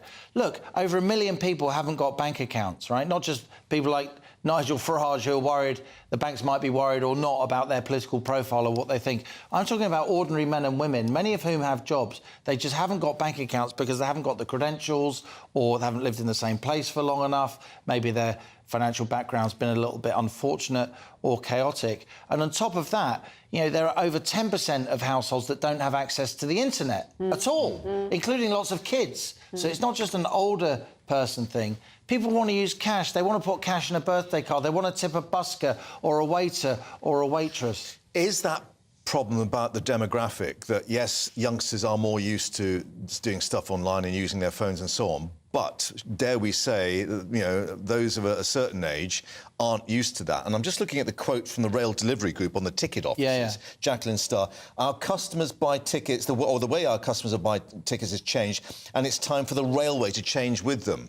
Well, that's fair enough maybe for the youngsters, but there's a huge group, really, that don't want that. And there's a lot of cost-saving, backside covering going on there. Oh, we want to make the railways work better for you. Well, try turning up to a railway station in the middle of the afternoon and there's no one to talk to, you haven't got a smartphone, and then of course, you'll get fined when you go on the train if you haven't got a ticket. They'll be quick to fine you. Yeah. But the difficulties... Or even not the proper ticket as well. That's the other issue. Indeed. The railway ticketing system is so complicated. There are many different variations of tickets. You can get split save and, off-peak and super off-peak and day returns. It's complicated. And actually, my local ticket office in Oxfordshire, it is always busy. Yeah. Even though there's machines there is always a queue of people doing exactly what you're doing, right. trying to split their journeys, trying to work out the best way. They'll be stuffed if this happens. So, I mean, again, I like technology. I think progress is a great thing in terms of innovation and so on. But there are an awful lot of people there who don't want to lose our cash. And I think this GB News petition could really make a noise. We're not just talking about a debate in Parliament. We should be aiming now for 250,000 signatures and legislation. Well, let's go for it. Thank you for that. Yeah. We'll have to stop you there because we are going back to Edinburgh now to watch all the pageantry, which is quite a sight. And this is live from the Palace of Holyrood House, where King Charles and Queen Camilla will shortly be leaving. The palace is their official Scottish residence, and there will be a national service of thanksgiving where the King will be presented with the honours of Scotland at St Giles's Cathedral. Let's just have a listen in.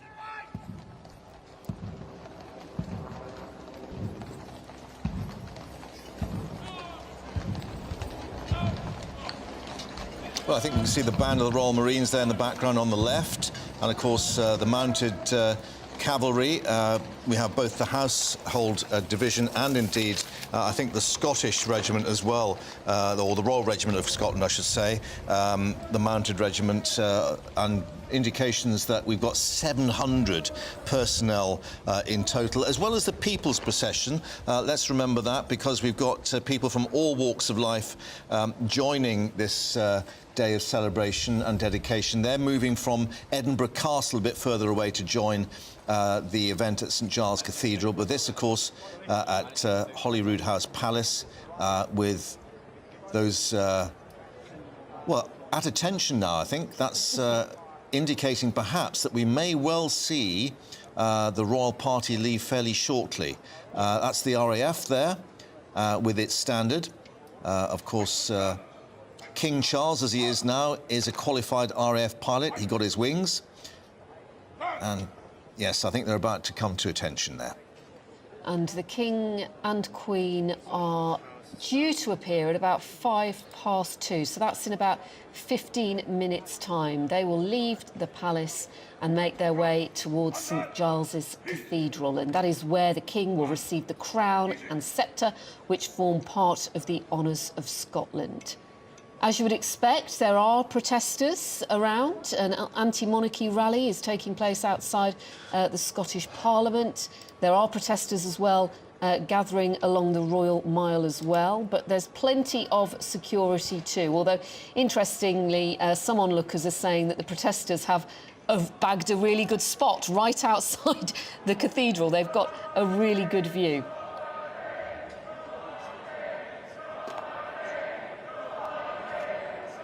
Those are the voices of the protesters, not my king, you may hear in the background.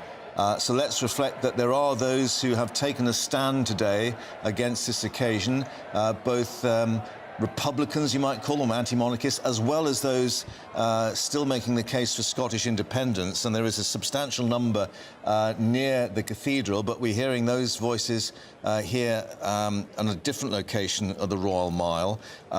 But we can reflect that ahead of the service at St Giles's Cathedral, the Royal Company of Archers has taken position. Now, they are Scotland's ceremony's sovereign bodyguards, so I don't think they'll stand any nonsense in terms of any kind of direct intervention, but of course we do have a huge police operation, security operation. We have the close protection officers, of course, for the royal family as well. And we can see, oh, yes, getting in step there, although that might take a bit of adjustment. And while this is happening, many people have started arriving at St Giles's Cathedral ahead of that national service of Thanksgiving at 2:15. There'll be many Scottish politicians, members of the judiciary, although some politicians have decided to boycott it, haven't they? Yeah, let's bring in Cameron, who is our royal correspondent, who is there for this occasion. And Cameron, interesting, we just heard those voices of protest there, and clearly this was one thing we're trying to measure about how many people are wanting their voices heard today in that respect. Yeah, I think the protesters were to be expected. I spoke to Graham Smith earlier, who is the chief exec of Republic, the anti-monarchy groups with the big yellow signs. They have been given a spot almost directly opposite St Giles Cathedral, which has annoyed a few pro-monarchy supporters who have turned out that the Republicans have got a better view than them. What I can tell you is the crown, the sceptre, and the new sword of state, known as the Elizabeth sword, have all arrived at St Giles Cathedral and have been taken inside, the oldest crown jewels, effectively, in the British Isles, dating right back to the 1500s. Mary, Queen of Scots, was crowned with this particular crown that we're seeing. The sceptre was a gift to James IV from Pope Alexander VI. And the original sword of state, not being used because it's too delicate, that was another gift to James IV as well. The People's Procession, you mentioned, they processed down from Edinburgh Castle to St Giles Cathedral, effectively trying to, I think, perhaps ignore the anti-monarchy protesters. But it seems to be a number of organisations represented close to the King's heart. So we have the Prince's Trust, and as an example, that is a charity founded by His Majesty the King when he was Prince of Wales, supporting young people. We have NHS Scotland, of course, celebrating their 75th anniversary today. We also have Dogs Trust, I'm told. We have Scottish Ambulance Service, Scottish Fire Service as well. So several different community groups being represented at this particular service here. Yeah. At about 2:05, we expect the King, the Queen and Prince William and Princess Catherine to emerge from the Palace of Holyrood House, and then they will be escorted by a tri-service Guard of Honour, the Royal Navy, Royal Air Force and British Army, and they will be driven up to St Giles Cathedral for the service of Thanksgiving, where the King will be officially presented with the honours of Scotland. And just to reflect, it's not, of course, the Prince and Princess of Wales today. It's the Duke and Duchess of Rothesay. That's the title they have when they go north of the border now. Yeah, it certainly is. So they are known as the Duke and Duchess of Rothesay. The King is just the King, but of course that is a title that he previously held as well. And of course the Prince and Princess of Wales have to have a pretty special relationship with Wales, but of course they are also the future King and Queen of the United Kingdom. And I think it's quite poignant and quite significant that all we're seeing today is the four most senior royals here. It's going along the lines of what many people believe and what reports suggest, that King Charles wants a bit more of a slimmed down monarchy. We're not seeing the Princess Royal, Princess Anne, the King's sister, as part of this procession today. She did co-host the garden party at the Palace of Holyrood House yesterday, but I think it's quite interesting that she isn't part of this particular procession, and it's just it's just the four most senior royals. And quite ironically, really, the Duke and Duchess of Edinburgh, whose namesake is this city, are in Westminster in London attending the service for the 75th anniversary of the NHS, so they're not here either. So it'll be interesting to see how the crowd reacts. Right. Cameron, we've just cut away to another location now, and we can see the Not My King placards there elsewhere on the Royal Mile. And that's obviously a slightly different atmosphere there, although they are silent as the horses actually process by, because clearly that could be a problem if there is a noisy protest in terms of the horses being spooked. But back now to Holyrood House, or the Palace of Holyrood House there, with the royal limousine turning up, because there's going to have to be some quite careful coordination about the timings and all this. Yeah, there certainly is. I think processions like this, and particularly royal processions, all seem to be timed to the minutes, and they hardly ever are mistimed, apart from perhaps that slight mishap at the start of the coronation service, if you remember, on May the 6th, where the Prince and Princess of Wales arrived after the King, which was certainly not planned. But I can imagine the King today will want everything to run as smoothly as possible. As you say, we're seeing the royal car here, which will be taking the King and I'm assuming the Queen as well, from the Palace of Holyrood House up the Royal Mile to St Giles Cathedral for a service which happened 70 years ago, for just after Queen Elizabeth II's coronation, a very similar style of service where she will be presented with the honours of Scotland. There was actually, just for a little bit of history for you, in 1953 there was a bit of hoo-ha in Scotland for the fact that the Queen was being referred to as Queen Elizabeth II, because they were pointing out that they'd never had a Elizabeth before, so technically it was Elizabeth I of Scotland, but there have been 3 Charleses for whose namesake for the King here in Scotland. And so Cameron, we haven't had the same problem this time, but as you said, Mark, there's a few protesters. Just for people who are tuning in, they might be watching and thinking, well, hang on a minute, we only had the coronation 8 weeks ago. What's this all about? Just explain to us the significance and relevance of today. Absolutely. So Scotland did have its own monarchs until the Union of the Crowns in 1603, and they had their own separate coronation services. Usually they took place in Scone Palace, and they were sat on the Stone of Scone, or otherwise known as the Stone of Destiny. And that was taken down to Westminster Abbey when those Union of the Crown, well, in the 11 or 1200s actually, for the crowning of English monarchs. But in the 1990s it was brought back to Edinburgh Castle here to stay in the capital of Edinburgh, and today we're going to see it again at St Giles's Cathedral. But of course, when James VI of Scotland in 1603 inherited the throne of England because his cousin Elizabeth I died without a son or a daughter to take over the throne from her, the 2 crowns were merged, and that is why we now have a monarch of the United Kingdom rather than a separate king of Scotland and a separate king of England. And because we've already had the coronation, it's thought, because we have the old crown jewels here in Edinburgh Castle, the oldest in the British Isles, that they should perhaps have a bit of a showing, and they should be officially presented to the King, because he is, of course, King of Scotland as well as King of the United Kingdom. Yeah. And Cameron, everybody watching will remember from 8 weeks ago when Penny Mordaunt was carrying that ceremonial sword. Something similar will be happening today when a 7.5 kilogram sword will be carried by the Olympic rower Dame Catherine Granger.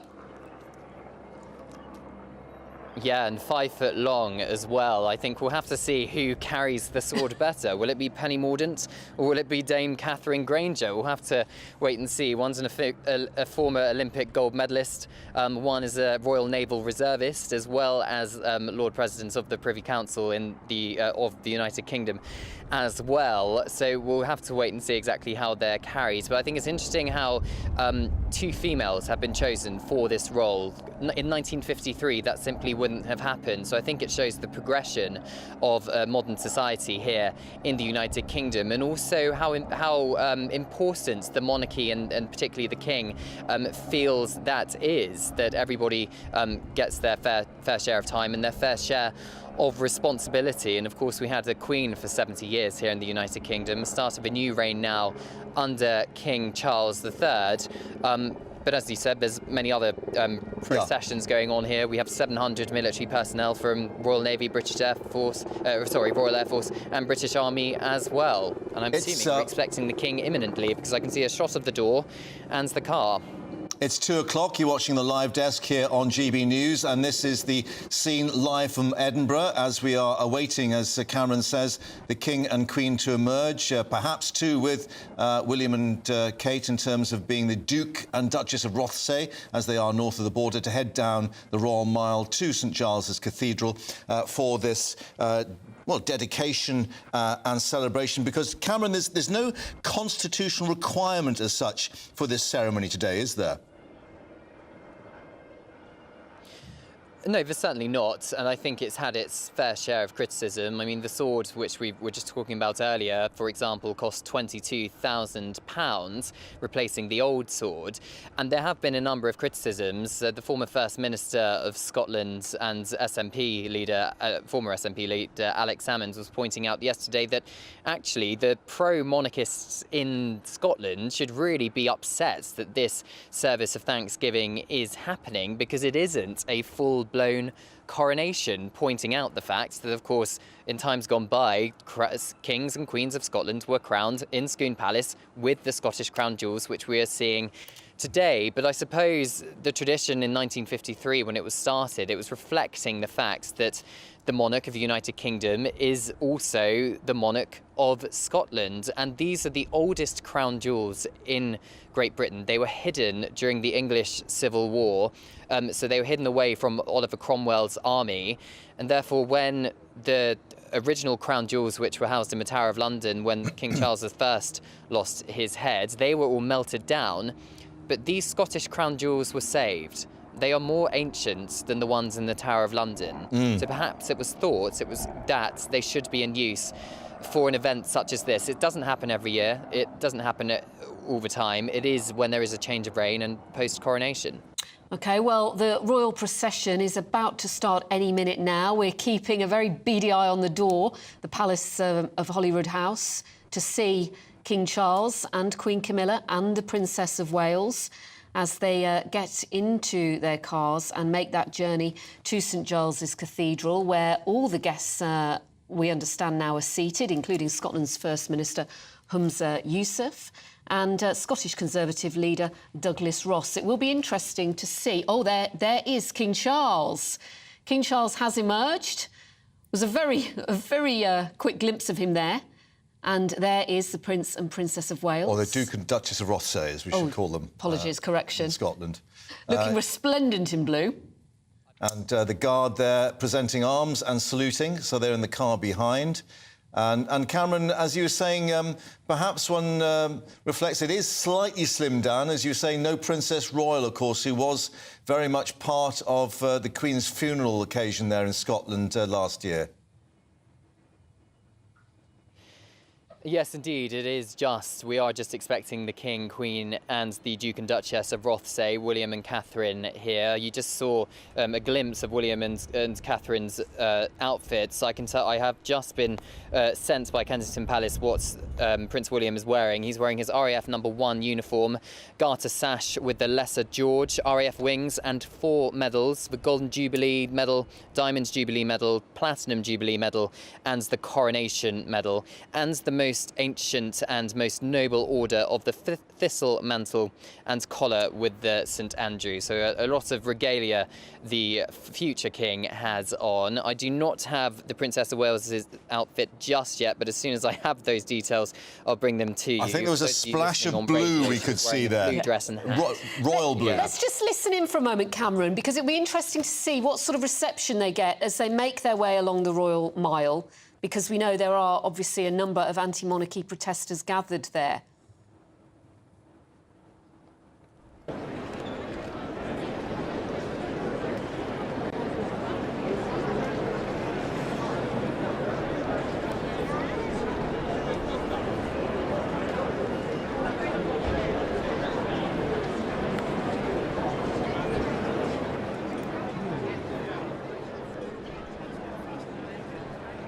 Well, so far, you can't hear much chanting, but I suspect you will when the cars go past on that route down to St Giles's Cathedral. And actually, a lot of royal fans seem to be a bit annoyed that the anti-monarchists have bagged a prime position right outside the cathedral.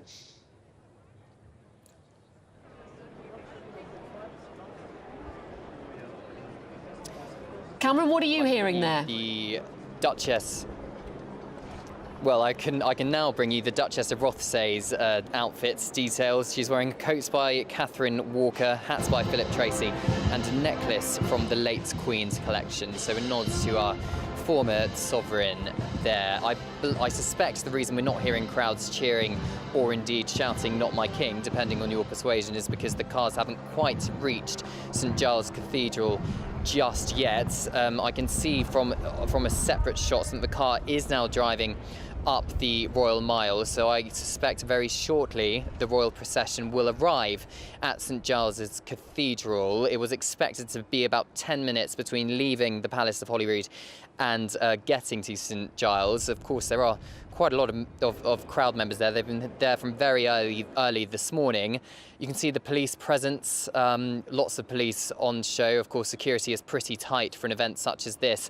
And actually, unlike the Mall for the coronation in London, they have blocked off the crossing points from quite early. So if you're stuck on one side of the barriers there down the Royal Mile, you're going to have to go a very long way around to get to the other side. So let's hope there's no doctor's appointments or hospital appointments people are trying to get to and have just been caught up in all of this, all of these celebrations. But of course, the vast majority of people there are celebrating the fact that the King is being presented with the honours of Scotland. But of course, we have to reflect there are at least 300 protests there as well. Yeah, we can just see now the cars travelling at a pretty sedate pace, and as you would say, crossing point there, that yellow sign on the right, that's not certainly being used at the moment, as the Bentley heads down with the royal standard there flying. And, well, we can see applause, clapping, and certainly some cheers as well.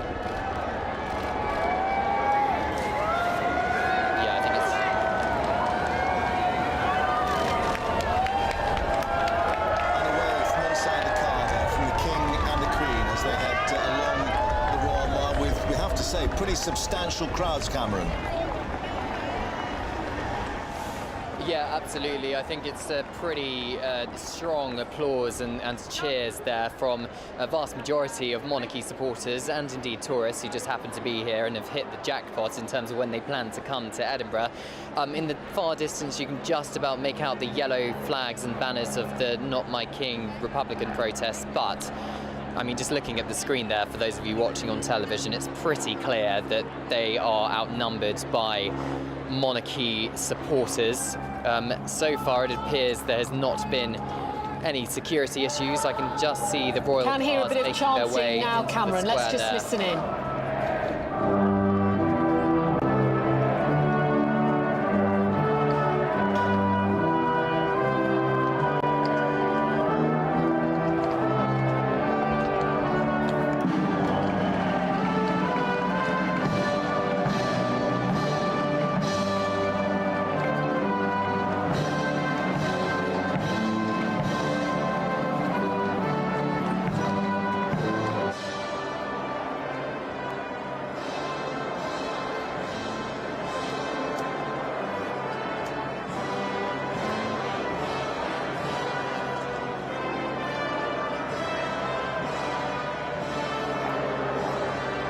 Well, the national anthem playing there as the King and Queen and the Duke and Duchess of Rothesay arrive, and we can see them ascending the steps there with the pipes playing as well, the royal party. And I think certainly, Cameron, that the band drowned out the voices of protest there.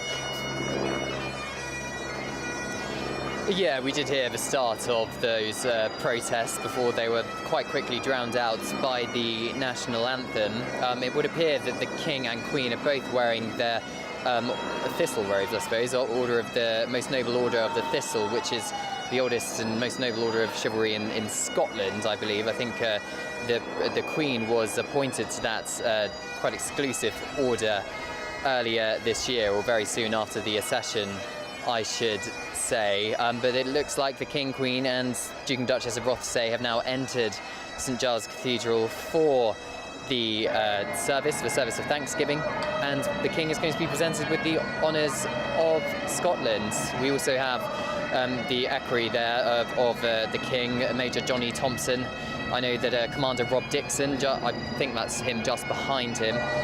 He is the equerry to the Prince and Princess of Wales, known of course as the Duke and Duchess of Rothesay in Scotland. Many dignitaries, many politicians, and of course that people's procession, we believe, are also inside St Giles's Cathedral for the ceremony as well. I think there seems to be a bit of a battle going on there between the bagpipes and the Not My King protesters. So I'll let the viewers and listeners make up their mind as to who won that one. Yeah, or perhaps who's the most tuneful. But let's just reflect that what's about to take place in the cathedral itself is going to be actually quite a serious moment of reflection and dedication as well as celebration. This is still a pretty important service. Yeah, it absolutely is. It's the national service of thanksgiving and dedication, where he will be presented, the King will be presented with the honours of Scotland. Senior figures of the Church of Scotland will be in attendance here at St Giles's Cathedral. The procession is being escorted into the Abbey, I believe, by the High Constables of Edinburgh, and we must reflect as well that a number of musical compositions have been composed specifically for this service inside St Giles Cathedral, and also representatives from different political parties here in Scotland have been invited and are in attendance. There is a Scottish parliamentary procession in St Giles Cathedral, so we have the leader of the Scottish Conservative and Unionist Party, Douglas Ross, the leader of the Scottish Labour Party, Anna Sarwar, Scottish Liberal Democrats, Alex Cole-Hamilton, Scottish National Party as well, Ben McPherson, and a couple of other politicians as well. Not the Green Party, they have decided not to attend, they have declined the invitations, but there's also representatives from schools and colleges and the universities of Scotland. So Deer Park Primary School, as an example, is being represented here, and their head teacher, Mrs. Anne Rice, is processing in to the cathedral as well. We also have City of Glasgow College, their principal and chief exec, Dr. Paul Little, he is processing in. And the University of Dundee, as an example again, Professor Ian Gillespie, he is the principal of the University of Dundee. So a number of different organisations are part of this service. It truly is a service for the whole country of Scotland. Well, we've just seen the RAF and the Royal Navy and the Royal Regiment marching off there with another scene here of the Royal Mile, because we did hear quite vocal protest. I think we can just catch up fairly shortly with Tony Maguire, who's our Scottish correspondent there on the Royal Mile, because certainly there was a battle between the massed pipes and drums and the protesters, who may have some kind of megaphone, because that was quite loud as well. Just to remind you, Not My King, because they do have a prime location just outside the cathedral. Yes, around 200 anti-monarchy protesters are gathered there, and certainly royal fans, I think, have been a little bit annoyed by the position that they have taken. And they are gathered right outside the cathedral. Tony Maguire should be able to join us very shortly to tell us how noisy it was or wasn't from where he was standing. I'm not sure whether Tony can hear us at the moment. That service inside St Giles's Cathedral is about to start in the next few moments. That's a national service of thanksgiving. Let's talk now to our correspondent, Tony Maguire. Tony, what was it like from where you were standing? Did you hear those protesters, or were they actually quite quiet in comparison to that national anthem being played? Yeah, I'm really sorry. You're going to have to speak up. My eardrums are well and truly busted after that last half hour. What a raucous. But certainly it was quite an experience to really be in the thick of it and among it. And actually, you know, as I mentioned earlier, they'd closed off the mile to allow the procession to go by. And therefore, there was actually quite a few Not My King, Republic, anti-monarchists on our side as well. You know, and I think we saw some of the live pictures as the procession came round. You know, I thought all the best tennis was happening in Wimbledon this week. But, you know, every time Not My King got off into a roar with their chant, we heard the boos from the pro-monarchy supporters. And then, of course, we also had those pipes. And what better way to drown out a protest on the King's one's behalf than the beautiful, surreal sound of the bagpipes hitting the stone walls around the Royal Mile. Quite an experience, as I said. But you know what I will say, in defence of republics, right?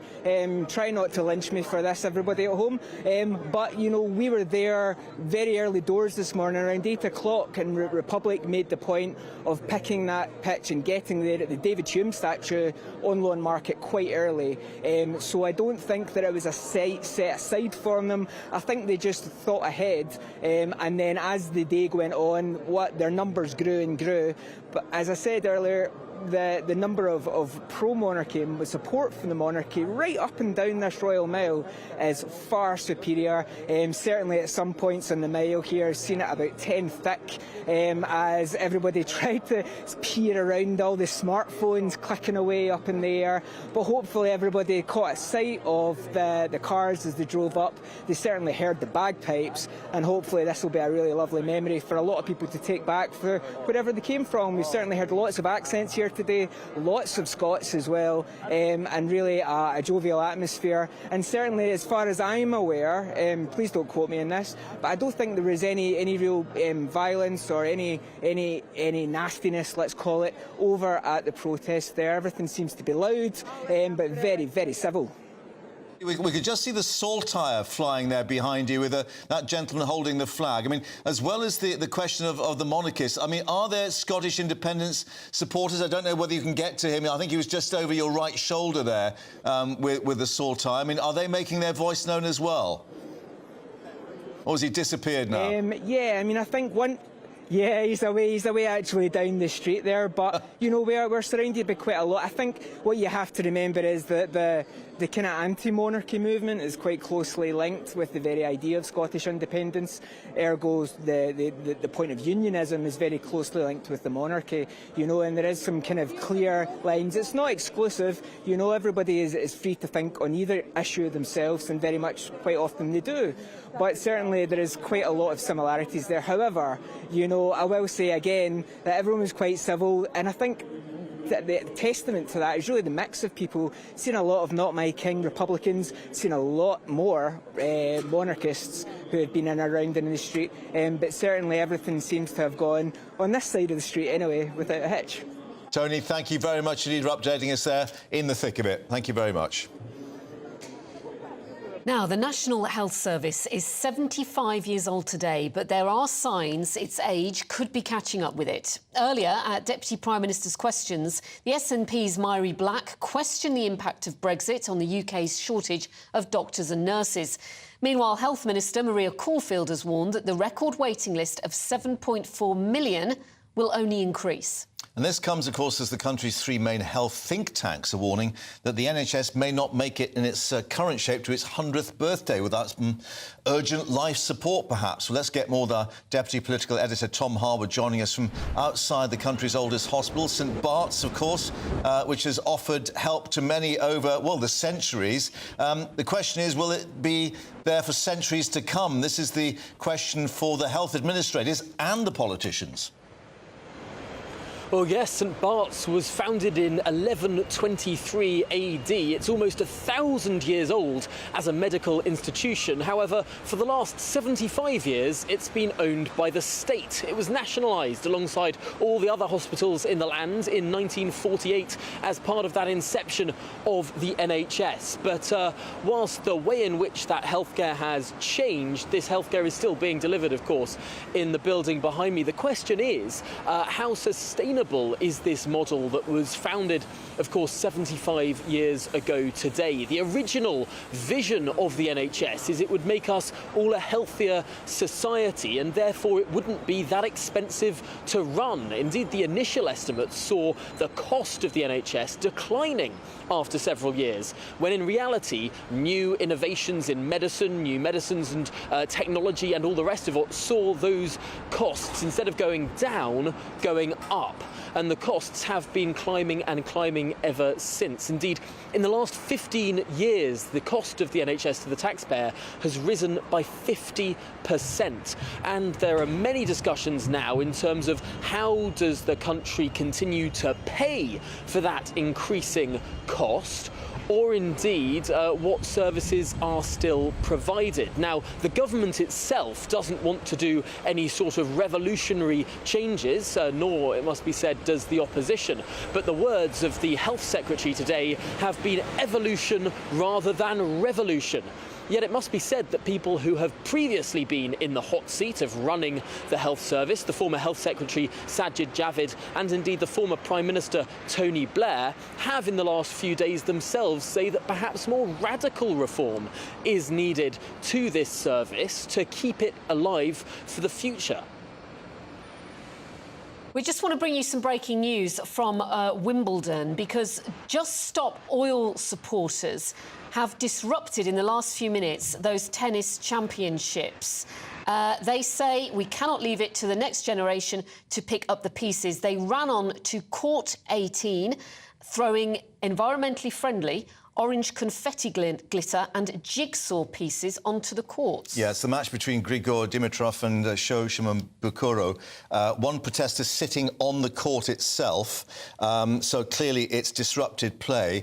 Just to remind you, of course, there was a heightened security in place. They were doing full bag and body searches in what was described as airport-type security for all those trying to get into Wimbledon. Some of the queues the first day, therefore, more than 10 hours, and many of the spectators obviously voicing their concern at the time it was taking in, but because of this threat. Now, just to remind you, I hope Tom is still with us, that the Home Secretary was due to meet sporting chiefs this afternoon to discuss the continuing threat from these protesters, in particular the Just Stop Oil protesters. But it appears that they have managed to evade all the security measures at Wimbledon. So court 18, play interrupted, throwing this confetti and jigsaw onto the grass. I think Tom is back with us. Tom, no, he's not at the moment, but certainly we can indicate that the question was so serious that the Home Secretary was due to meet sporting figures this afternoon to discuss what should be done, bearing in mind the disruption that's happened at the cricket, the rugby and the horse racing. It was a week ago at the cricket when a Just Stop Oil protester again evaded security, ran onto that cricket pitch and was carried off by Johnny Bairstow, the wicket-keeper, after throwing around that orange powder. And now, a week on, they have struck on court 18, only within the last 10 or 20 minutes or so, disrupting that match and throwing around orange confetti glitter and jigsaw pieces. They were swiftly removed and play was briefly delayed while marshals picked up the pieces. But as Mark says, there is this meeting going on today because they have been targeting sports events. They targeted the rugby, they targeted snooker championships in Sheffield. They do keep seeming to evade security at these events, and that security has been stepped up at Wimbledon. We saw the lengthy queues on the first and second day at Wimbledon, and also they banned chalk powder from Wimbledon. They banned people taking in cable ties.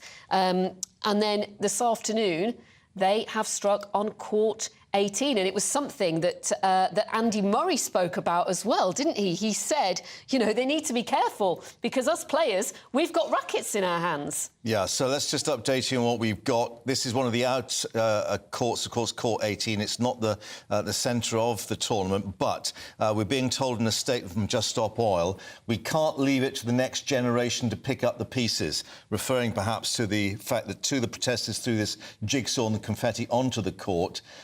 Deborah Wild, 68 years old, a retired teacher, apparently one of the protesters, came onto the court just after 2:10. I'm just an ordinary grandmother in resistance to this government's policy of serving us new oil and gas licences. In normal circumstances, this sort of disruption will be entirely unacceptable, but these, she said, aren't normal circumstances. Forget strawberries and cream. Scientists are warning of impending food shortages, mass displacement and war. We're facing new pandemics, economic inflation and increasingly authoritarian governments. So that's their stand at Wimbledon.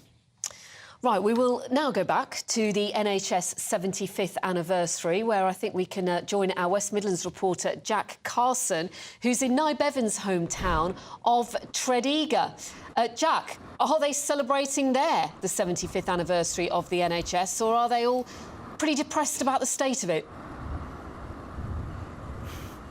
There have been some celebrations for the NHS's birthday over the past few days. On Sunday, the last Sunday just gone, they did have what's known as the Bevan Parade for Bevan Day, where there was a big parade through the town here celebrating the life of course, the former Labour Health Minister who founded the NHS back in 1948. It was based on the Tredegar Workmen's Medical Aid Society here in Tredegar. It was a society which was founded initially back in 1890 and essentially let local people pay a small amount, whether it was monthly, quarterly, weekly even, to then access healthcare and treatments free at the point of use. In fact, speaking in Parliament when Tredegar and when Bevan rather announced this foundation of a national health service, he said, "All I'm doing is extending to the entire population of Britain the benefits we've had in Tredegar for a generation of more." He said, "We're going to Tredegarise you." In fact, that is the inscription on the mural of Bevan on the wall that you might be able to see on the shopping centre here behind me. That's part of the celebration that's been given as part of this NHS 75th anniversary. Elsewhere in Wales as well, there's also been a train called the Aneurin Bevan train. That's been named after him, of course, for this 75-year anniversary of the NHS. But it does mean that celebrating this birthday of the National Health Service, this area in particular has maybe more of a particular affinity with the National Health Service. I spoke to Alan Terrell a little bit earlier on about why the NHS to this area is so important. I think the NHS is probably the greatest thing the United Kingdom has ever produced, for the UK and as a role model for the rest of the world. It's one of Bevan's other quotes. He roughly says something along the lines of, "You cannot take any society seriously if it doesn't care for its people," and that's what the NHS does, and it's something that we should be remarkably proud of. So that's very much here the view of the residents here in Tredegar. And just to say, in the last week on the state of the NHS here in Wales, of course, it is run by the Labour Party. The NHS here as it is, of course, devolved. There has been a warning from the British Medical Association for Wales to the Welsh Government, saying that they're urging for more funding and staff help, given the fact that there has been an 18% decrease in the number of GP surgeries in Wales over the last decade. Jack in Tredegar, effectively the birthplace, of course, under Bevan of the NHS. Thank you very much for updating us there. But let's move down to further down into the southwest now to Exminster and join our southwest reporter Jeff Moody, who's there at a tea party, I think. A bit early for tea, I know, but perhaps they're getting it already, Jeff. Well, no, there's plenty of tea and cake being consumed here. The NHS has been asking communities right across the country to organise tea parties throughout the day today to celebrate their birthday. So I've come to one here just outside Exminster, which is called New Leaf. That's the organisation. It's an NHS-run organisation, and Ed is going to explain to us exactly what New Leaf is. Ed, what is New Leaf? OK, so New Leaf is a vocational rehabilitation service. Our role is to help people find their way back to paid employment. So we work with people from the local community, from Exminster, from Exeter, East Devon and so on, who are keen to take the first steps back to getting into work. And we do that through a variety of ways, through woodworking, through horticulture and nursery work, and through catering. Are these people that have mental health concerns, is that the main priority here? Absolutely, Jeff. That's our focus, to help people who've experienced a period of mental health difficulties, rebuild their confidence, rebuild their social skills, get back into a routine and a pattern that will help them take those first steps back to work. Because we've been hearing a lot recently about GPs prescribing gardening as instead of medicine, haven't they? Yeah, as a way That's of right. improving people's mental health. Is that the idea here? That is one of the ways that we help people. In fact, New Leaf has been working in this way for a good many years now, and has been ahead of the curve, really. But it's good to see that GPs are catching up, and many of the people that come and work with us here as part of the team have come to them through a conversation with their GP.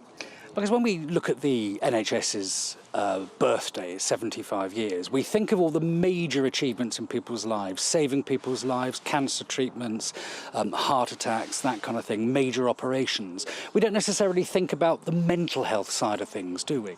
No, that's right. I think the NHS's mental health services are often placed second fiddle to the big hospitals, to the big acute hospitals.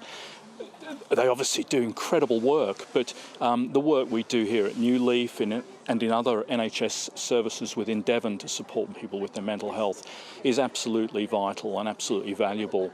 And we play a small but significant part in a number of people's lives through the work that we do in vocational rehabilitation.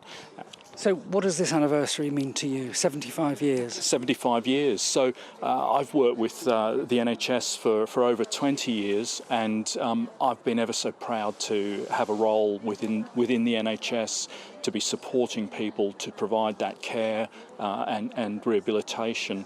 And for me, it's a way of just celebrating the incredible achievements of not only this service in Exminster, but the NHS as a whole, and the incredible diversity of the work that we do and the diversity of the people that we support. Ed, thank you very much indeed. Happy birthday to the NHS. Well, people are arriving in their droves now to drink tea and to eat cake and to celebrate this milestone. And, of course, to see Jeff Moody as well. Let's not forget that. In the last few moments, we gave you the news that Just Stop Oil protesters have disrupted Wimbledon. Well, we can now show you the latest pictures of what happened on Court 18 when they ran on to the court during a match between Grigor Dimitrov and Sho Shima Bukuru, and they threw orange-coloured confetti and jigsaw onto the grass before one protester sat down on the court. In a statement, Just Stop Oil said, "We can't leave it to the next generation to pick up the pieces." It's not the clearest of pictures there, but that is Court 18, and that is where the disruption took place. And interestingly, David Beckham's there today, not on Court 18, though. He's watching all the action from Centre Court. We will bring you more on that as we get it. Yeah, two protesters said to be Deborah Wilde, a retired teacher, 68, from London, and Simon Milner-Edwards, 66, a retired musician from Manchester, so not youngsters. Anyway, more from Wimbledon, more from Edinburgh, of course, with that Thanksgiving service, but more now from the news desk is Tamsin.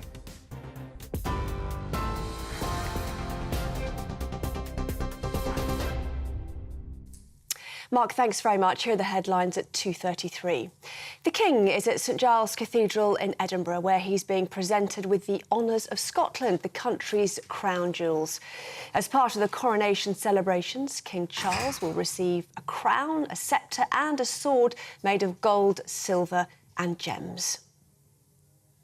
The NHS has been described as a treasured national institution as it celebrates 75 years.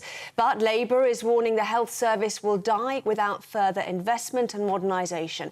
A record 7.4 million people are currently on waiting lists, and the government has acknowledged the figure could get worse before it gets better.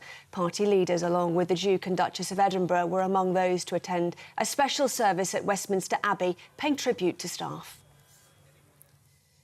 There's anger over plans which would see the closure of almost every railway station ticket office in England.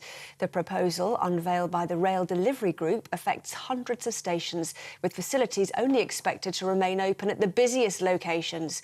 Disability charities and unions are among those who voiced their concerns, saying it'll impact vulnerable people and will lead to job losses. Schools across England have been forced to close or restrict access to students, with teachers walking off the job in a row over pay. It's their 7th strike this year, and unions have warned there'll be more action in the autumn if a deal can't be reached. As well as lessons, end-of-term events like school trips and sports days are also being disrupted. Well, you can get more on all of those stories by visiting our website, gbnews.com.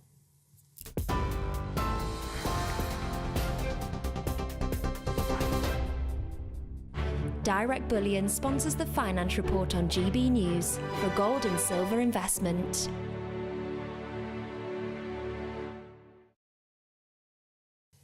Here's a quick snapshot of today's markets. The pound will buy you $1.2724 and €1.1675. The price of gold is £1,517 and 39 pence per ounce. And the FTSE 100 is at 7,470 points.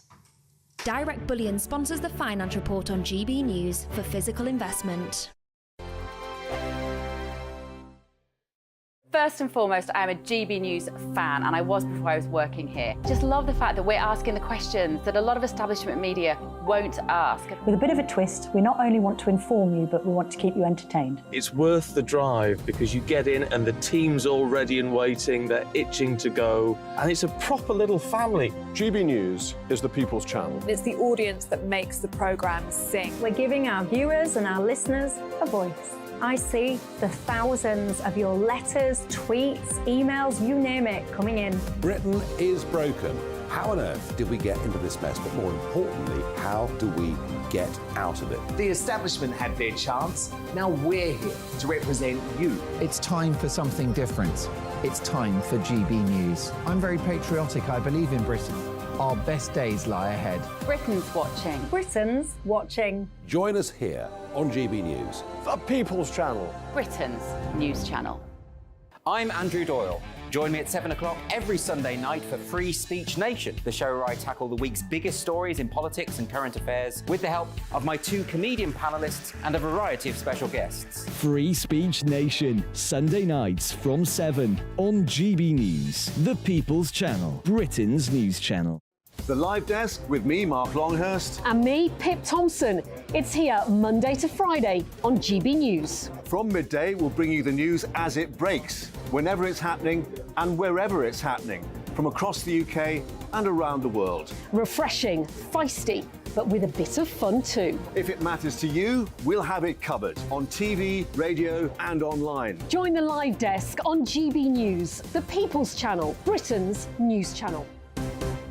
What you get for breakfast is something that, if we do our jobs right, you will wake up to news that you didn't know the night before. It's a conversation. It's not just me and Eamon. We want to get to know you, and we want you to get to know us. From 6, it's Breakfast with Eamon and Isabel. Monday to Thursdays on GB News. Britain's news channel. Westminster is going around in ever-decreasing circles, followed by the media. Britain is broken. How on earth did we get into this mess? But more importantly, how do we get out of it? Join me at 7 p.m, Mondays to Thursdays on Farage, here on GB News. We will have open, rational debate. We've got to work out how Britain moves forward from this. Join us here on GB News, the People's Channel. Britain is watching.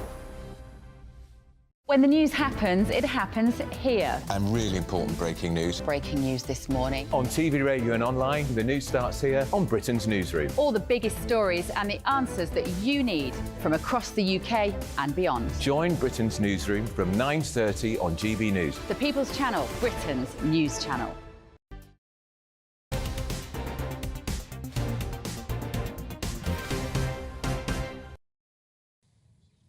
Now, welcome back to the Live Desk. Let's reflect that a legal challenge is underway to try to force the government to toughen up its plans for reducing sewage being dumped in our rivers and seas. Last year, those water firms pumped raw sewage into those rivers and seas 301,000 times, totaling a total of 1.75 million hours, would you believe? Gosh, you can hardly get your head around those figures, can you? Well, in the next few minutes, we will be speaking to our reporter about this, but we must just tell you also that companies currently have a deadline of 2050 to stop sewage discharges. But this legal challenge aims to bring that forward and introduce tougher targets. Our reporter, Paul Hawkins, will be explaining more about this, hopefully, in the next few minutes. Yeah, just to reflect, of course, we've had the House of Lords taking Ofwat, the regulator, to task over its failure to actually police the water companies. But we'll have the latest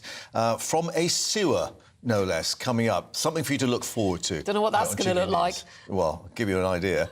Now, let's just tell you some other news that's happening with a decision on whether the grave of the famous Dam Busters dog can be removed from RAF Scampton, and that's expected to be heard later today. The dog served as the mascot for the legendary RAF squadron and was buried on the former airbase at the request of his owner. But now the Home Office has plans to convert the base into a migrant camp. Our East Midlands reporter Will Hollis has the story for us. If the courage of the Dam Busters men is the heart of their story, then their mascot dog is the soul. From flying with Wing Commander Guy Gibson to drinking beer with the men of 617 Squadron, the Black Labrador is synonymous with the Second World War raid. Now, 80 years on from his death, he's at the centre of a British controversy. With Scampton Air Base shut and asylum seekers incoming, the RAF says it can no longer protect the grave and its heritage. They want to dig up and remove any remains to RAF Marham in Norfolk, the current home of 617. Locals are furious. Sarah and Paul live next to RAF Scampton. I mean, you don't live here without becoming attached to the history of the base, do you? So, you know, knowing that part of that's gone, and a huge part of that has gone, would be quite upsetting. He lived here, he died here, his grave's here. This is where he belongs. For the people living here in Scampton, Guy Gibson's dog isn't just a part of the Dam Busters story, it's also a part of their story, and they feel that it's their job to preserve it in the same way that the RAF says that it does. Parts of the historic base have listed status, which covers the dog's grave. Any change to a protected building and its surroundings must go through the local council, in this case West Lindsey in Lincolnshire. This is Hangar 1. Hangar 2 is the next one along, and at the front of Hangar 2 is where Guy Gibson's dog's buried. Councillors like Roger are battling the Home Office to try and scrap a plan to put asylum seekers at the former base. He says if it happens, they can kiss goodbye to a £300 million heritage deal for Scampton. The dog's grave is part of our heritage, but it's also part of our future, because the future here, if we get what we want with the £300 million deal, involves a world-class heritage centre, and the dog's grave is part of the story of 617 Squadron. Hundreds of people have given feedback on the planning application. Historic England recommends refusing, as it would harm the significance of the wider site. Gibson's dog died when it was hit by a car just hours before the raid. The wing commander then hid the death from his men, fearing it could be seen as a bad omen. Buried overnight, he's been resting there ever since.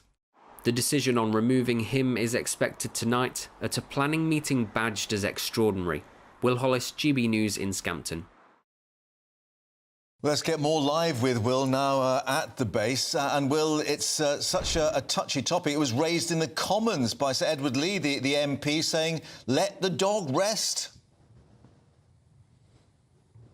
Yes, well, this has been a story that's been rumbling on for a number of months, and of course that big wide picture, that big view of the story is that the Home Office is trying to move 2,000 asylum seekers into the former RAF base here at Scampton. But the issue of Guy Gibson's dog has been described to me by the local people that live in the village of Scampton as just another part of the battle that they're fighting. And if the people here that don't want the dog to be removed win tonight at this West Lindsey District Council meeting that the council itself is describing as extraordinary, then that might indicate where this might go in a judicial review. Of course, it's being described as extraordinary because most meetings of a local council's planning committee don't have hundreds of people wanting to express their opinion. And there was around 200 or so comments from members of the public on that listed building consent planning application. A listed building consent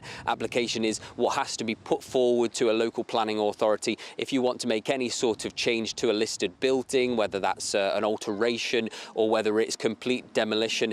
And of course, Guy Gibson's dog is in the curtilage of one of the hangars, Hangar 2, which has Grade 2 listing. So while the dog itself isn't, while the dog's grave itself isn't protected, it's protected because it is in the surroundings of that building. So what we might see tonight at West Lindsey District Council's Planning Committee meeting is lots of people expressing their opinion, not just people from Scampton or people from Lincolnshire, but probably people that have come from around the country to express how much they don't want this dog to be moved. The dog was loved in its life alive in 1943 until its sad death, which of course happened on the same night that the Dambuster men raided those dams in Germany.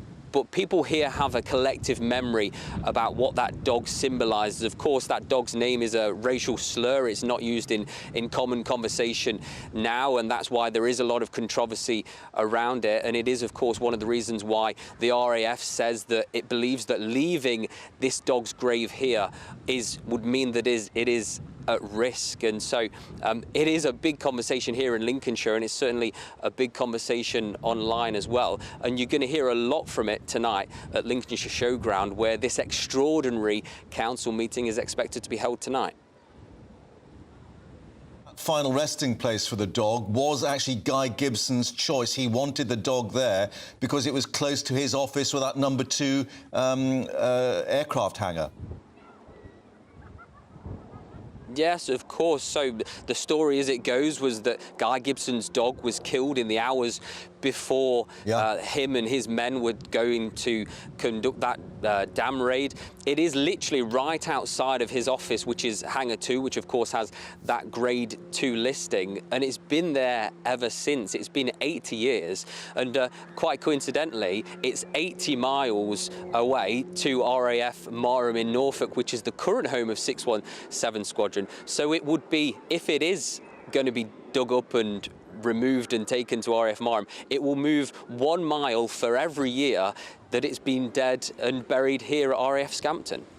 Will, thank you very much indeed for taking us through that, and of course we'll see what emerges of that meeting tonight. Thank you very much indeed. Let's show you some more pictures now from this Just Stop Oil protest, this time at Wimbledon. A week ago, protesters struck at the Ashes at Lord's. Now they've disrupted Court 18 at Wimbledon. These are the latest pictures. And what they did was they ran onto the court during a match and threw orange-coloured confetti and a jigsaw onto the grass before one protester sat down on the court. One of them said, "We cannot leave it to the next generation to pick up the pieces." Play was disrupted for a short amount of time. Well, should we bring you an action replay? Because we can bring you the moment that this happened in this match. There we go. And the confetti and what's a jigsaw apparently being thrown onto the pitch there, and we believe that that particular match, which was Grigor Dimitrov and Shoshaman Bukuro, was then disrupted with Simon Milner-Edwards, 66 years old, a retired musician from Manchester, getting onto the grass on the court, saying, "I'm here for my grandchildren and everybody else's. I'm not prepared to let our politicians wreck everything and leave the next generation to pick up the pieces." But clearly it was the ground staff that then had to pick up the pieces that was strewn across the court, and questions being asked, despite the extra security at Wimbledon, with all those bag checks and body searches, that 2 protesters managed to get through to make that protest. Well, I mean, they've done it again. They did it at the Ashes last week when they ran onto the cricket pitch, and Johnny Bairstow, if you remember, carried a protester off. They did it at the snooker in Sheffield, and now at about 2 o'clock this afternoon, they struck at Wimbledon, as many people did fear. I mean, Andy Murray was asked about it, and I think he tried to deter them by saying they need to remember that us players have got tennis rackets in our hands. We think we can just show you those pictures again from Court 18. So it wasn't Centre Court, where David Beckham is today. It was Court 18, that match between Grigor Dimitrov. And if you look on the left-hand side, that's where they throw this orange confetti and a jigsaw onto the grass. And there was then another one protester sits down on the court. Yeah, another protester that you saw on the left-hand side of the shot with grey hair. That's Deborah Wilde, who's 68, a retired teacher from London, who actually also put confetti onto the court. I'm just an ordinary grandmother, she said, in resistance to this government's policy of serving new oil and gas licences. Going on to say, forget strawberries and cream. Scientists are warning of impending food shortages, mass displacement and war. But as you may have heard... But you can still have both, can't you? You can still have strawberries and cream. I think certainly in terms of listening to the crowd there, they wanted the tennis, perhaps, rather than this protest. But let's just actually indicate to you the importance of this, because we've got Suella Braverman, the Home Secretary, meeting figures from across the sporting world to discuss what's going to be done to try and put more measures in place to stop these protests. We understand that's going on this afternoon. We haven't got details on it as yet, but there were fears, as we were saying, that this may have been the latest occasion that Just Stop Oil made their voices heard and their indication that they're going to try and carry on with these protests. Yeah, and very interesting that even with these increased security measures, where loads more items was put on the banned list, if you wanted to get into Wimbledon, you couldn't bring in some sort of chalk powder, you couldn't bring in cable ties. They've still managed to evade security. Here's the last quote from her. "The last thing I want to do is spoil people's enjoyment of Wimbledon." Well, there we are. We believe that. Now, tributes being paid to the NHS on today's 75th birthday. Many leading NHS figures, politicians weighing in on what should be the prescription to ensure our health service reaches 100 years old. The Shadow Health Secretary, Wes Streeting, arguing that only Labour can provide the tonic it needs to survive. Well, joining us now is Head of the Commission on Health and Prosperity at the Institute for Public Policy Research, Chris Thomas. Good to see you, Chris, here on GB News. What are your thoughts today? Are you in a celebratory mood, or are you, as many people are, just thoroughly depressed at the state of the NHS? Well, mixed emotions as we reach this landmark day. So lots to, kind of be thankful for in terms of the 75 years of having an NHS and the many people who have benefited that would have been excluded on basically means from the system that preceded it. But obviously we find ourselves in a very difficult situation. Our polling today, released today on this anniversary, is that over the last 3.5 years, as many as 17.5 million people have had difficulty and disruption in accessing the NHS care they need. And even more worryingly, not only is that impacting their health, but where they face that disruption, it's impacting their social relationships, their ability to stay and work, their financial security. So I think we find ourselves in a very difficult situation, and a day where we need to have, yes, some reflection on the good, but some really honest conversations around what the future looks like now. Yeah, in terms of those conversations, it's interesting that two former health secretaries, Sajid Javid and also yesterday Stephen Dorrell, talking about the politicisation of all this and indicating perhaps there needs to be a period when the NHS is left alone to sort itself out. Yeah, I mean, I think there's certainly a case that some of the political interference with the NHS has been difficult, and certainly when we talk to people in the health sector, from staff through to managers, they're pulling their hair out at the kind of sheer complexity and often counterintuitiveness of the reforms that they're being asked to implement. Equally, I think health is political. We need politicians to come up with political visions for what the future looks like. I've yet to hear fully compelling ones. And for me, that vision needs to do something on prevention and the level of demand that's coming into the system. How do we manage that? It needs to do something on the location of care. Where do we do it? Do we need to shift it from hospitals to community? And it needs to do something about particularly social care, but more widely where care features in our society. Yeah, well, fixing social care plays a huge part in this, doesn't it? And the former Prime Minister, Tony Blair, he is calling for radical reform and to make more use of the private sector to cut waiting times. Is that something you would concur with? So I would concur with radical reform. I think the idea of using the private sector has its difficulties. On the one hand, because it tends to be a more expensive way to deliver healthcare capacity. So NHS capacity, if we just build that in so there's enough, that does tend to be cheaper. But also because, as our polling today has shown, there is a risk of a two-tier system where people with means can get the healthcare they need, but people without means can't. And given that we're also showing that healthcare isn't just about life and death, it's also about our life chances, I think that could mean that there's a very real risk that we see not only health inequalities widen, but actually societal and economic inequalities widen as well. Now, the King's Fund's been pointing out survival rates, of course, in, I think, France and Sweden particularly, in drawing parallels with the situation here in Britain. I mean, again, this is perhaps unpalatable for the politicians, but it does seem other countries are getting better at this than we are. Yeah, I think that's right. I mean, we essentially have a situation in the UK where we pay and spend over the course of, say, the last 15 years, we spent below average, and we barely keep up with mediocrity. And I think that's really worrying, and that would be worrying for people that cherish the NHS in terms of what's being delivered. But I also think what's kind of quite pertinent at the moment is how much our disruption to healthcare is feeding into the biggest economic challenges we have.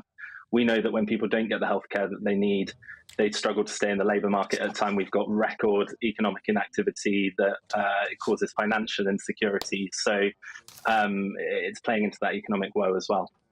Chris Thomas, Head of the Commission on Health and Prosperity at the Institute for Public Policy Research. That's a mouthful. Thank you very much indeed for talking to us on GB News this afternoon. Will the nameplate fit on the desk? Yeah. Thank you very much indeed. Now, let's just update you with what's been going on at Wimbledon, because security questions being asked now about the tournament after the protest earlier at Court 18, which obviously is one of the outside courts. This is not centre court or number one court, but they've got through the security of both body checks and bag searches with orange confetti and a jigsaw being thrown onto Court 18 in the middle of the game. This is the moving pictures coming. Look on the left-hand side of the screen and you can see it all happening. They have struck again. They did it a week ago at the Ashes. We will bring you the very latest here on GB News, but thank you for your company. We are back tomorrow. Game, set and match.